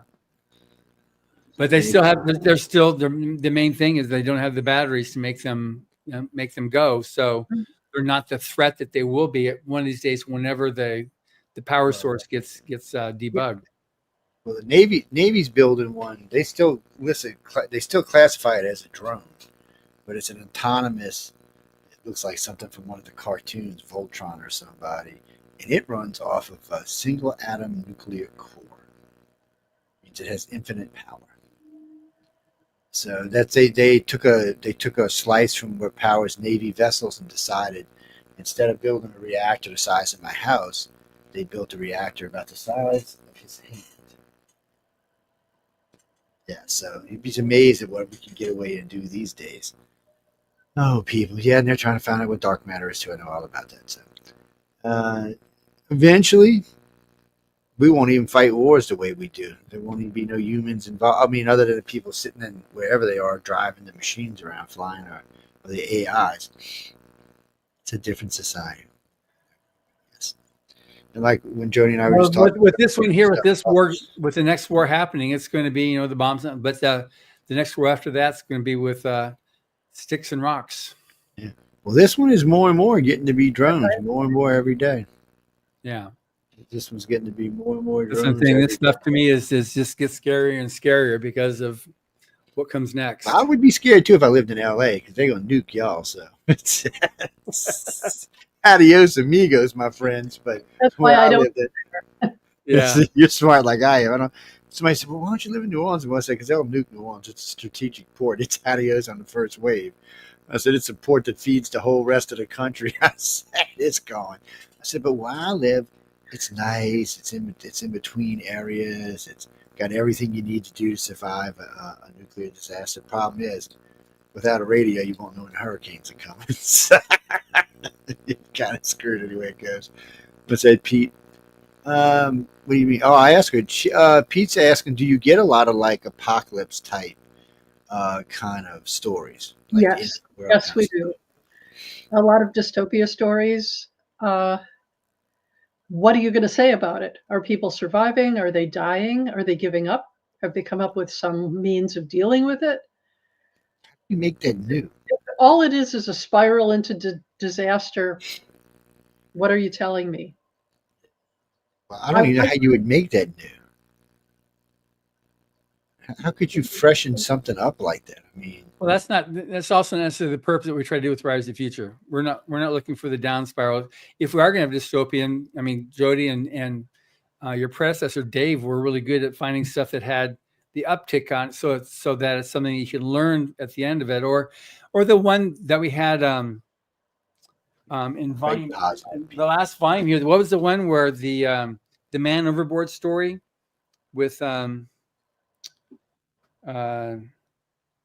non-zero? Yes. Yeah. That was chilling. That was like he was in the Navy and he was on a it wasn't a destroyer. It was on maybe an aircraft carrier at night looking out over the ocean. He said, if somebody went overboard, it'd be impossible to find that person. It's at that point, if somebody went overboard on an aircraft carrier at night, they're lost, period. There's no way you're ever going to get back. And so this story here takes place, a person's in space and she's left outside in a space suit and the ship went away and she has no idea where they are. And she's however many light years away from the nearest settlement. And it's like, what do I do? And she's having this discussion with her AI implant. And it's like, wow, that was a very touching story, how to deal with that. I think it was very well done. It was amazingly well done. That's Tom Vandermolen. Yeah. Well done. Mm-hmm. Yeah. So we did get those. I'm going to have to look at the title but there was another dystopian style story that I think was equally well done. And Ashes to Ashes, Blood to Carbon Fiber. Oh, yeah. Very dystopian landscape, but the protagonist is trying to reverse that because he considers himself to blame for it. And it's a hard story to read. It's heartbreaking. And that is one of the reasons that it was followed up by an extremely fun story. Well, actually, it's followed by a light and touching story, and then the concluding story in the book, Butter Side Down. I just love that story. She did so good. That's amazing. That one by Cal M. Huge fun. Cal was a great addition to the class as well. But that was a great little story. Yeah. You can get all these stories. Go over to writersofthefuture.com. I mean, go to galaxypress.com and buy the book. Yeah. No, it's just really good. And it's great to also discover new writers that you're going to want to look up and just, okay, what's their next project? What are they doing? And some of these writers already have books out there. Take up the last couple of years, you'll see several of them with novels and series coming, that are being published. In volume 38, we had, or 39, the one with the Death and the Taxman, so David, yeah, David. So I'm interviewing him next month. He's got his sequel books coming out, and we're going to be talking about that. That's one of the books I got to finish reading. I'm in the middle of 3 or 4 different books right now. But the last one I had the other day. Yeah, that was definitely. Here's the next one now. We were just together at WindyCon in Chicago, so that was nice. Oh, good. Yeah. That one thing too is, even though a person doesn't win because of a personality, I find 98%, 95% of the winners are just some of the nicest people you'll ever want to know. Every now and then there's like somebody that like, doesn't appreciate, isn't whatever. but for the most part, everybody's just such a nice person, and they're really fun. And once they've warmed up to it, a lot of them are, like Cal M, I love her to pieces. And when she came, she was so shy, so introverted, and so convinced, like, what am I doing here?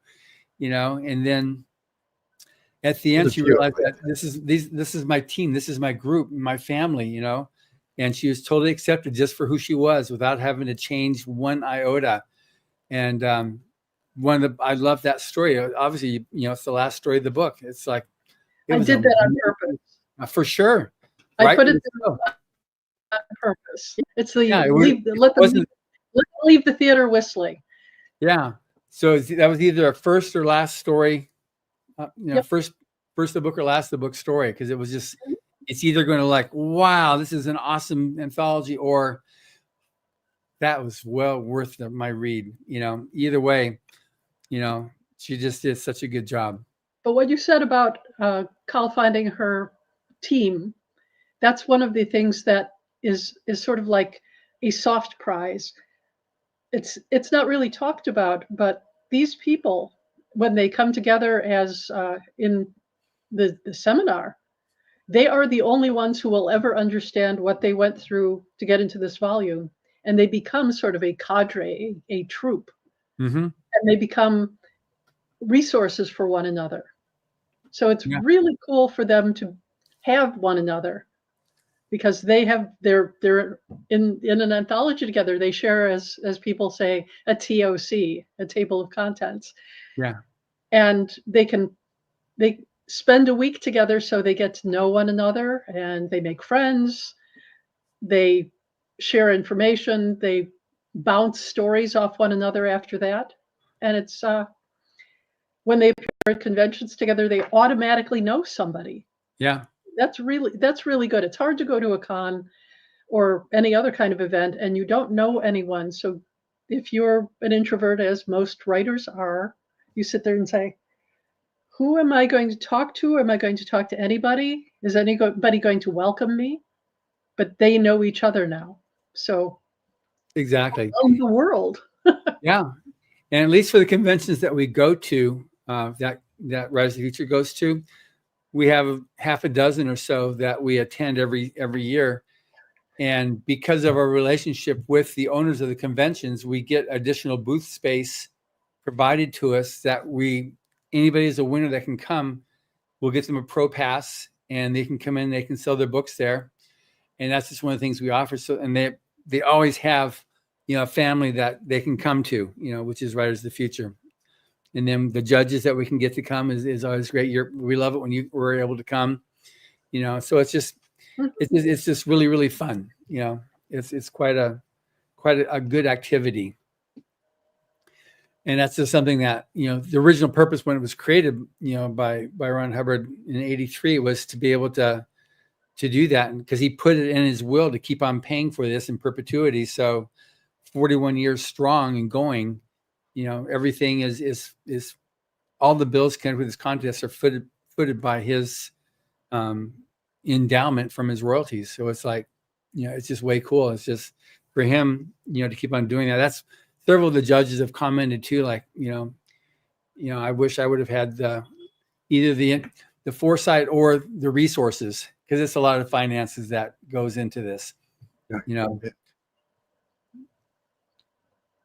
But there's a ton of. Oh wait, what was that? Get over here. I lost y'all for a second. got lost in the internet there for a minute. Yes. Disappeared me for a second. Reese, what do you mean, authors versus illustrators? I find the authors to be a little bit more chatty than the illustrators. Okay, let me change this a little bit. So,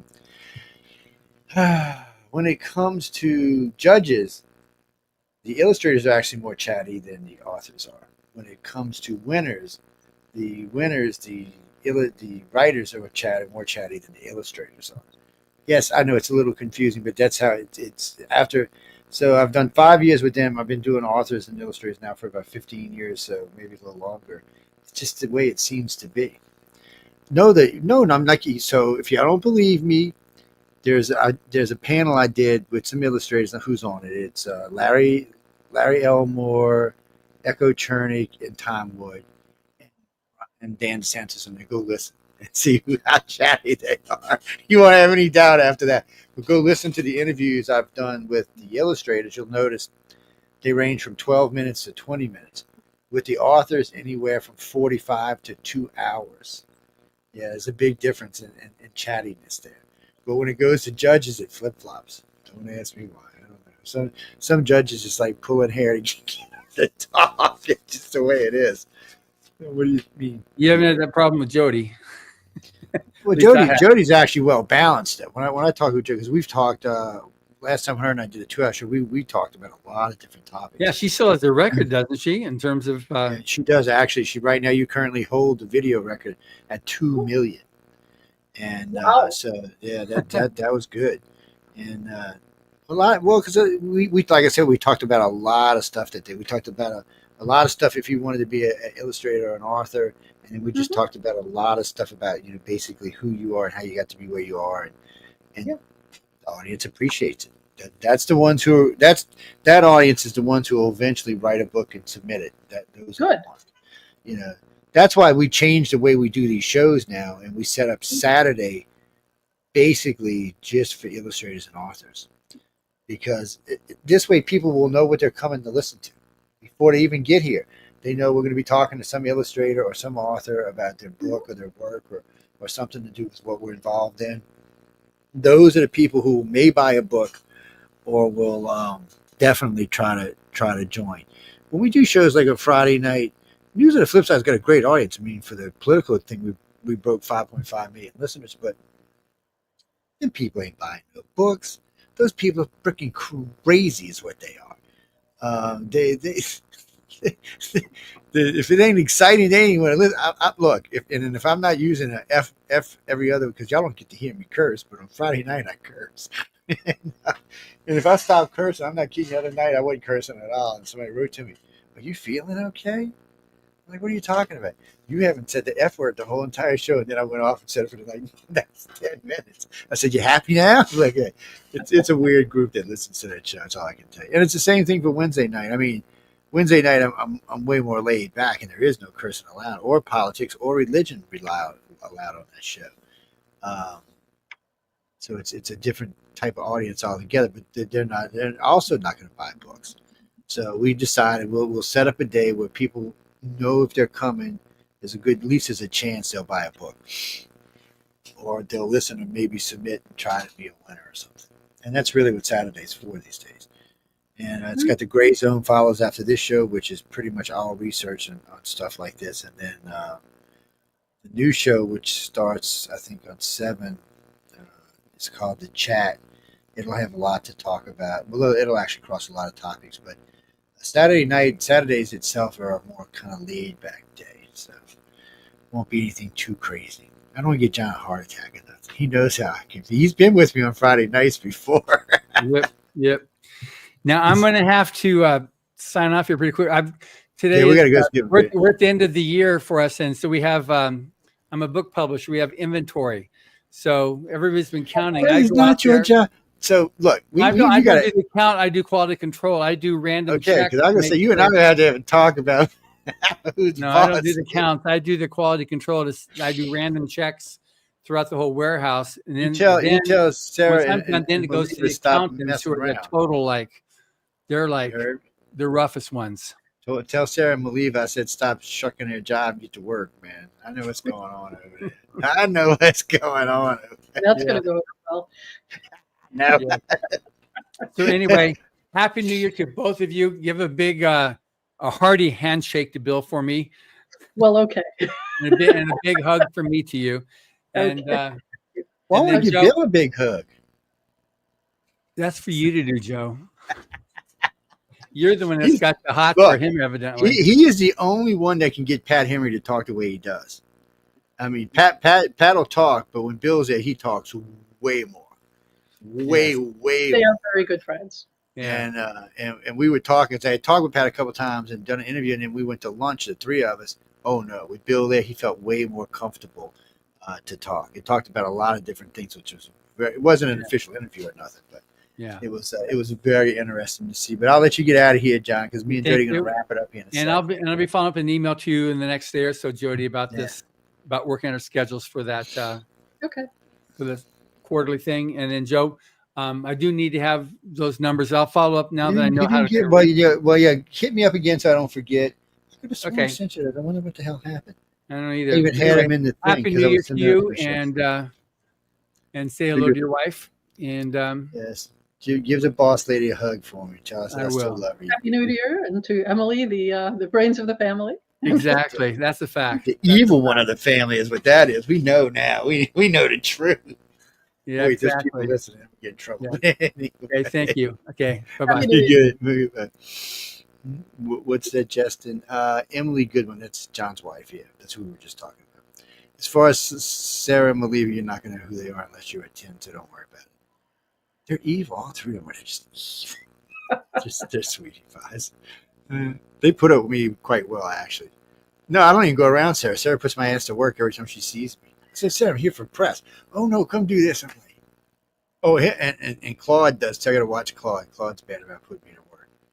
It's what happens if you stand around and write it in the future. They find something for you to do. That's what You stand happens. still too long, they will put you to work. Oh, yes.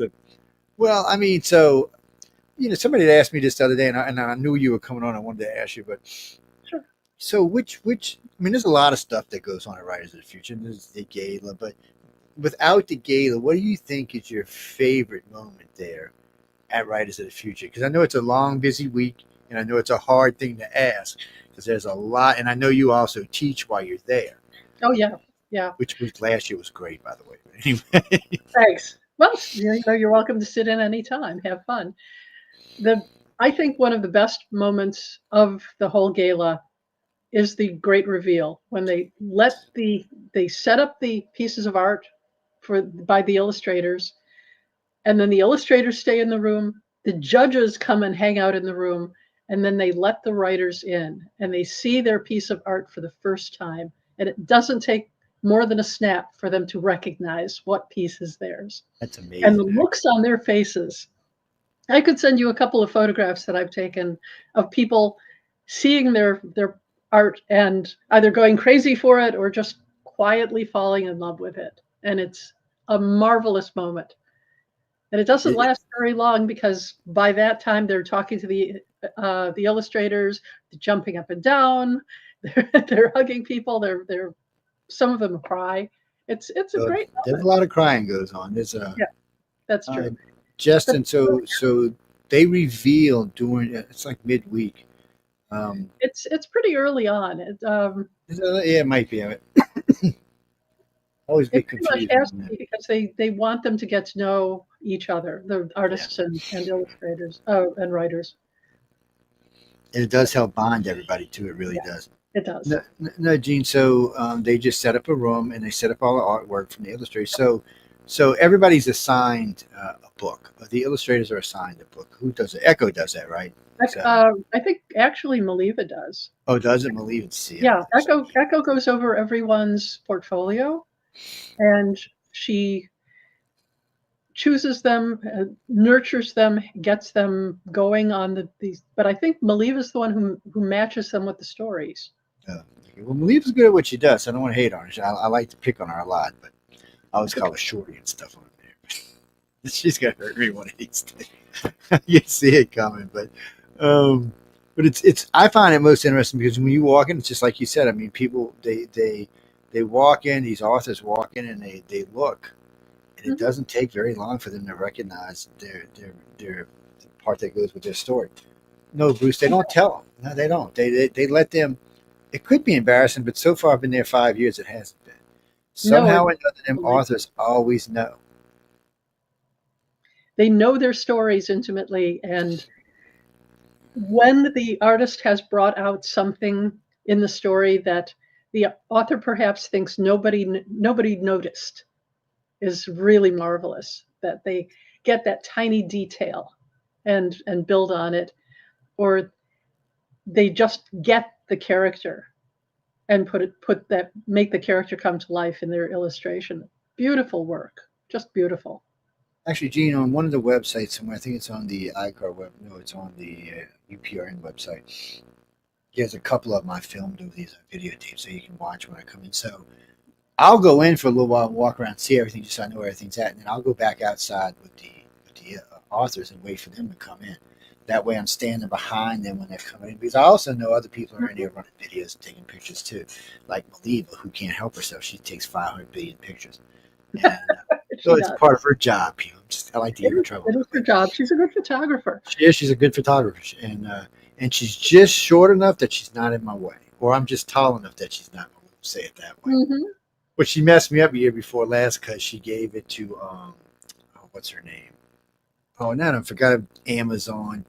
Why I can't remember her name. There's dark hair. Anyway, she gave it to one of the other ladies who worked there, and she was taking pictures, and she's about the same height as I'm. Actually, she might be a little taller than I am. So I didn't tell her. I looked up to take a picture. Her head was right in the way, and I had gotten used to after 4 years of taking with Maliv that I knew right where she was. No matter where she was standing, I always knew that it was going to be right above her head. It's kind of weird. I know people. Oh, was that Shannon? Damn, why can't I remember her name? It was the three troublemakers. I called them Charlie's Angels to see. Well, it'll come to my brain one of these. It's what happens when you get older, people. Your brain don't work as well as it used to.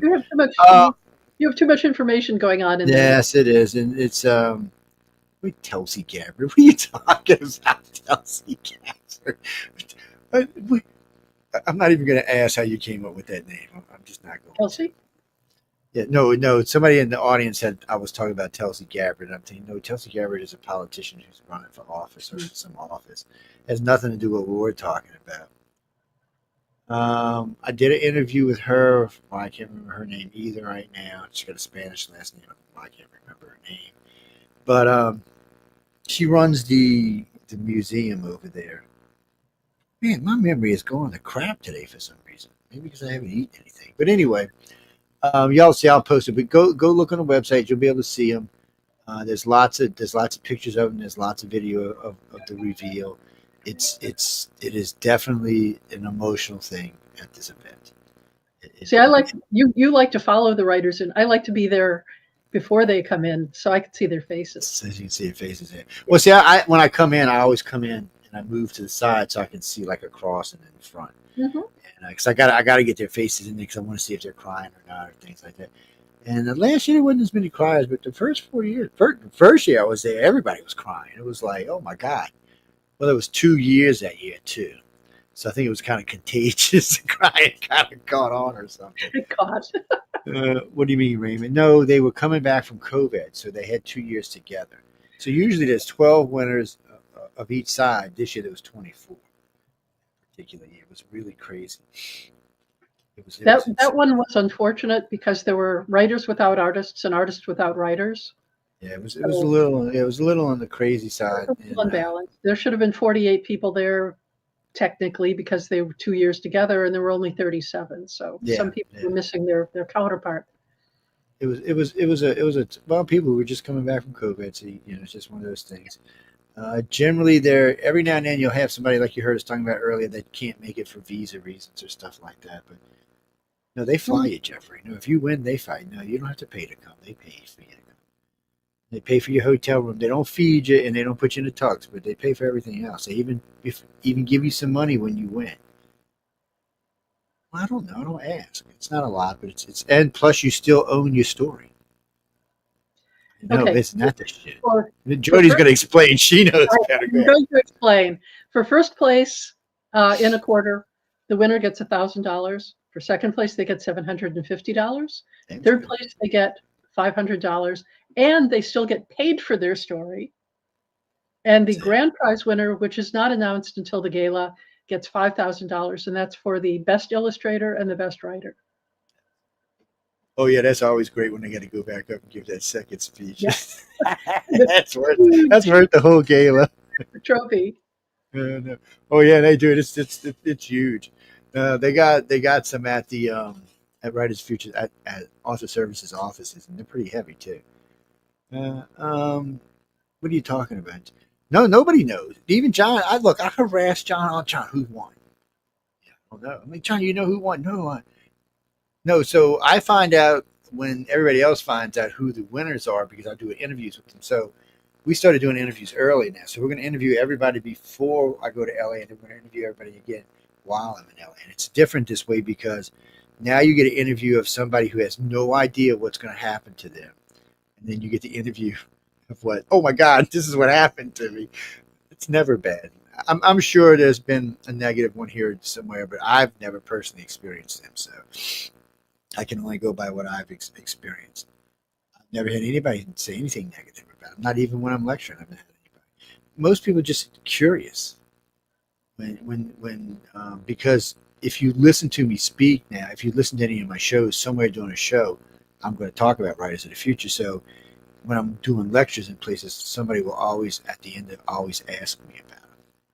Oh, what about writers of the future? Can you talk a little bit about it? I'm like, yeah, sure. I should be charging them a charge for this, but yeah. But I always plug them. And I got to plug them in front of the Mississippi State, no, Ole Miss. I was lecturing up there. I was doing a political lecture, actually. And it was in front of their English department. All five of the departments, actually. It was a great lecture. It went off real well. And then right at the end, one of the instructors came up and said, well, what about that fake-ass writers of the future? I started laughing. He said, see, you think it is. I said, no, give me a chance. Let me stop laughing and I'll explain. Then I went through the whole thing, how I met him, what went on. And they're like, they flew you out there. I said, yeah, I said, he wanted on my network. And I was like, screw you. You're not getting on my network. No fake ass thing like that. That's just how I said it to him too. And he's like, you're kidding, right? And they still brought you out. I said, well, I told him, if you're honest and legit, I said, I'll do everything I can to help your contest out. I said, since then I have. I said, so I'm a man of my word. I said, apparently they are too. I haven't met anybody yet that would make me change the way I think about it. What's that, Martha? No, Jody's a sweetie pie. She puts up with me too, but she's a sweetie pie. Thank you. And wow, what do you mean? What do you mean I don't work for him? I don't. What are you talking about, Christopher? Stop whatever this jibber jabber is and explain what you were talking about. Oh, you mean the people who work for him? Well, everybody I've met that work for thinks she's a sweetie too, so I don't know what to tell you.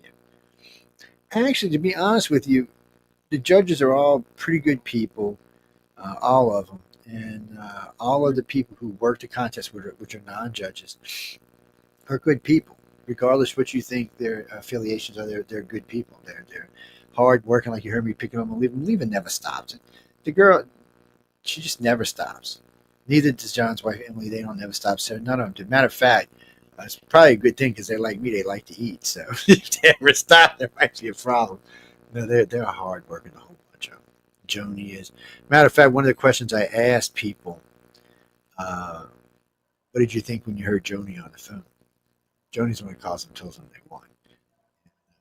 It's got to be like, she calls them before that. So it's got to be nail biting. They ought to let you do that since you're a coordinating judge. Mm-hmm. Yeah, maybe we can talk about it. Joni she makes friends with them. She establishes a relationship. She does. And she's real good at what she does too. She consoles the ones, because there are 8 finalists, but only 3 winners per quarter. She's the one who consoles the other 5 and says, no, it was a great story, but the judges went a different way. She's good at what she does. If you win, you'll get to meet her. Well, even if you get runner up, you'll get to meet her. She's an interesting character. That's all I can tell you. Mm-hmm. No, she's a sweetie pie. All of them are. I'm telling you, y'all. The only way you're going to find out for yourself is just to win. Or to be working. Sure, to be working at the what the hell? To be working at the place where it's being hosted. Y'all are idiots. I don't know what. I know we're close to New Year's, people, but you should leave the champagne alone for at least another 2 days, okay? Just put it down, put it on the side. I know it's the weekend. Put it on the side.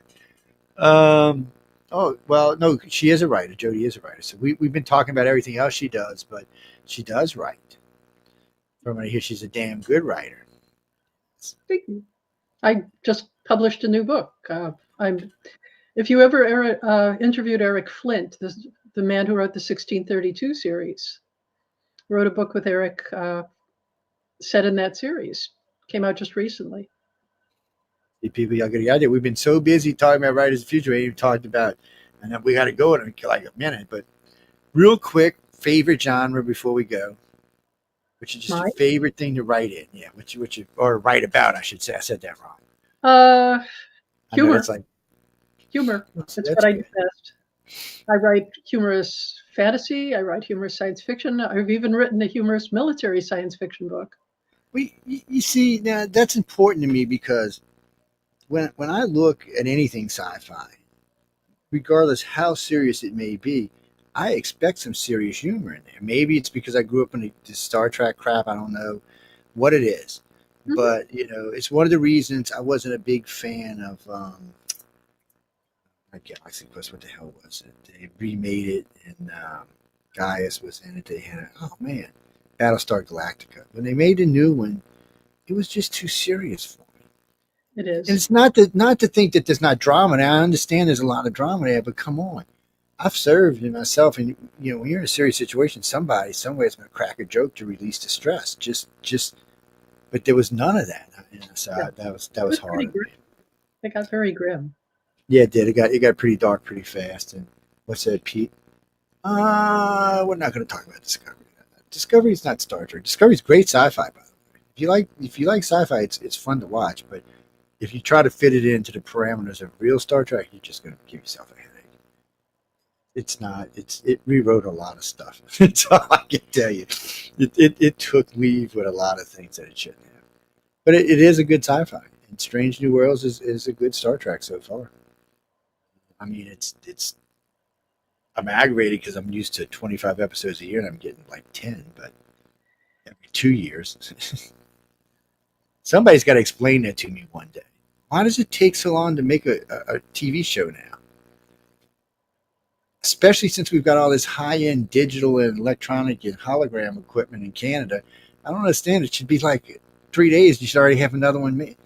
I'm not going. I'm leaving. I'm just going to aggravate Jody and myself. So anywhere you going before April? I know you'll be down in April. And what are we, first week this year, right? April, I think. Yeah, it's early. Yes. I'm. I think I'm. The next convention for me is GaryCon, which is a game con created by Gary Gygax's son Luke to celebrate Dungeons and Dragons and roleplay gaming in Lake Geneva, Wisconsin, at the Grand Geneva Resort. I might add. It's Stay inside because it can be cold. oh yes, yeah. Last year we were there and snow fell. We got 3, 4, 5 inches of snow during the convention. I started playing Dungeons and Dragons in 1976. So I You played a while. for the young men who say girls don't belong in gaming, Sonny, I was playing with your grandparents. That's So right. She probably kick your ass too. It's I certainly will.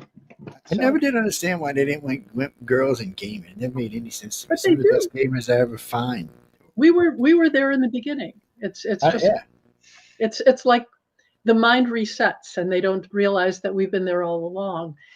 So Yeah, that was who introduced me to Dungeons and Dragons. It was a woman, actually. mhm. Was it? Well, People were playing in college. The people who introduced me to it, a husband and wife, they started playing in college.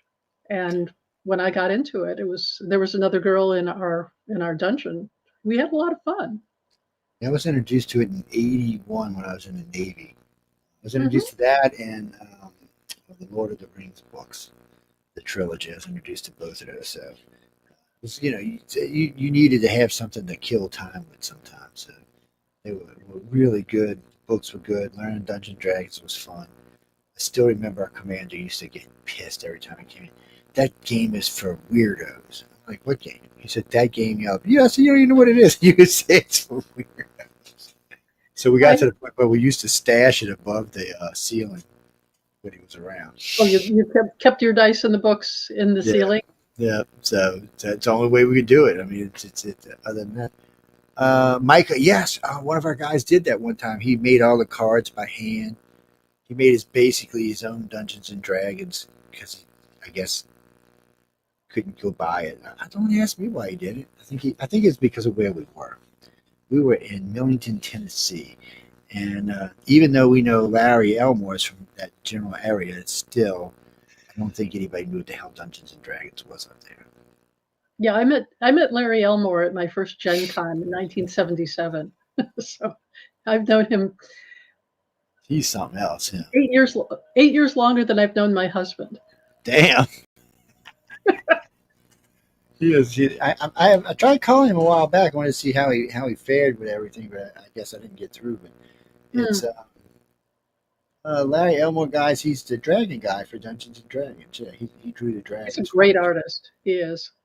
Oh, he's a blast to talk to. The man got more stories than anybody I've ever met. Look, him and I talked and talked and talked. He can out talk me 5 times over. That's a freaking miracle in itself. He's a super guy. You should have Bill and Larry and a few of the people from the old time gaming. Steve Jackson. I'll have to get them all together one time and drag them on, because those kind of panels are a lot of fun. It's like when I was talking about the 4 of them, echoing them all together. That's a fun panel. Matter of fact, I gave him the snowball mic. It's just passing between y'all. And just the image watching it was fun. And then the conversations that come out are just unbelievable. I mean, they're priceless. And, people are like, well, how do you get him to talk about that kind of stuff? I said, I just asked him, and they talked about it. Yep. You know who surprised me, though, was, we're going to have to go in a second, but was Scott Card. Everybody told me he'll never talk. He never says anything. He's real hush, quiet. I said, okay. And I just got through interviewing Bill and Pat just before that. And he got on with me, and I thought I was talking to Larry for a minute. He talked a full 2 hours without any quite easily. He's got strong views on a lot of things, which I'm fine with. And I said, don't let people give you shit about your views. If they ever do, give me a call. I'll deal with them for you. He's like, what? I said, you give me a call. I said, trust me. They might want to argue with you, but they're going to argue with me because I'm way meaner than you are. He's like, but it was a great interview. But anyway, I know we got to get. I already kept you late. When you see Bill, give him a big hug for me. Hopefully, I'll see y'all pretty soon. If you need anything, you got anything coming out? Wait, when did you say the book was coming out? So, and where can they find it? Amazon, the usual places, Baen.com, Baen.com. It's called 1635, The Weaver's Code. And I had a lot of fun writing it, but I miss Eric. He was a great guy. No, it's always sucky when we lose people. And you know what? I hate to say this out loud, but at the particular age I'm at now, it seems like a few go every year now. Yeah. It's kind of like, I'm like, come on, people, y'all can make it another 10, 20 years. Let's just hang in there. Let's make it to at least 90, and then we can all just kick over. That's right. Just have a seat. We got you covered. But anyway, Jody, you're great as always. Hope to see you soon. Ladies and gentlemen, any moans, groans, bitches, gripes, or complaint, please write to Michelle DeRoche, because she loves to hear y'all when y'all complain. Send me stories. Yes. Oh, and send Jody lots of stories. Well, look. This is the woman you got to impress. You want to be in the book, you got to impress this woman right here. I'm just telling you, this is it. She told you what she wanted, what she likes. You got a good idea about her personality. You should be able to write a book that wins. Well, I mean, if you got talent, you should. But not everybody can write. People look at me. I got 80,000 words, and it still sounds like jibber jabber to me. Don't worry. When I finally finish this monster thing, that's going to end up being 200,000 words. I'm mailing it to Emily. So Emily, please proofread this one. She won't speak to me after that again, but still, no, she said she would do it, John. Yeah, so we'll see. But we got to go, guys and girls. So I want to tell everyone thanks for tuning in to Author Quill and United Public Radio.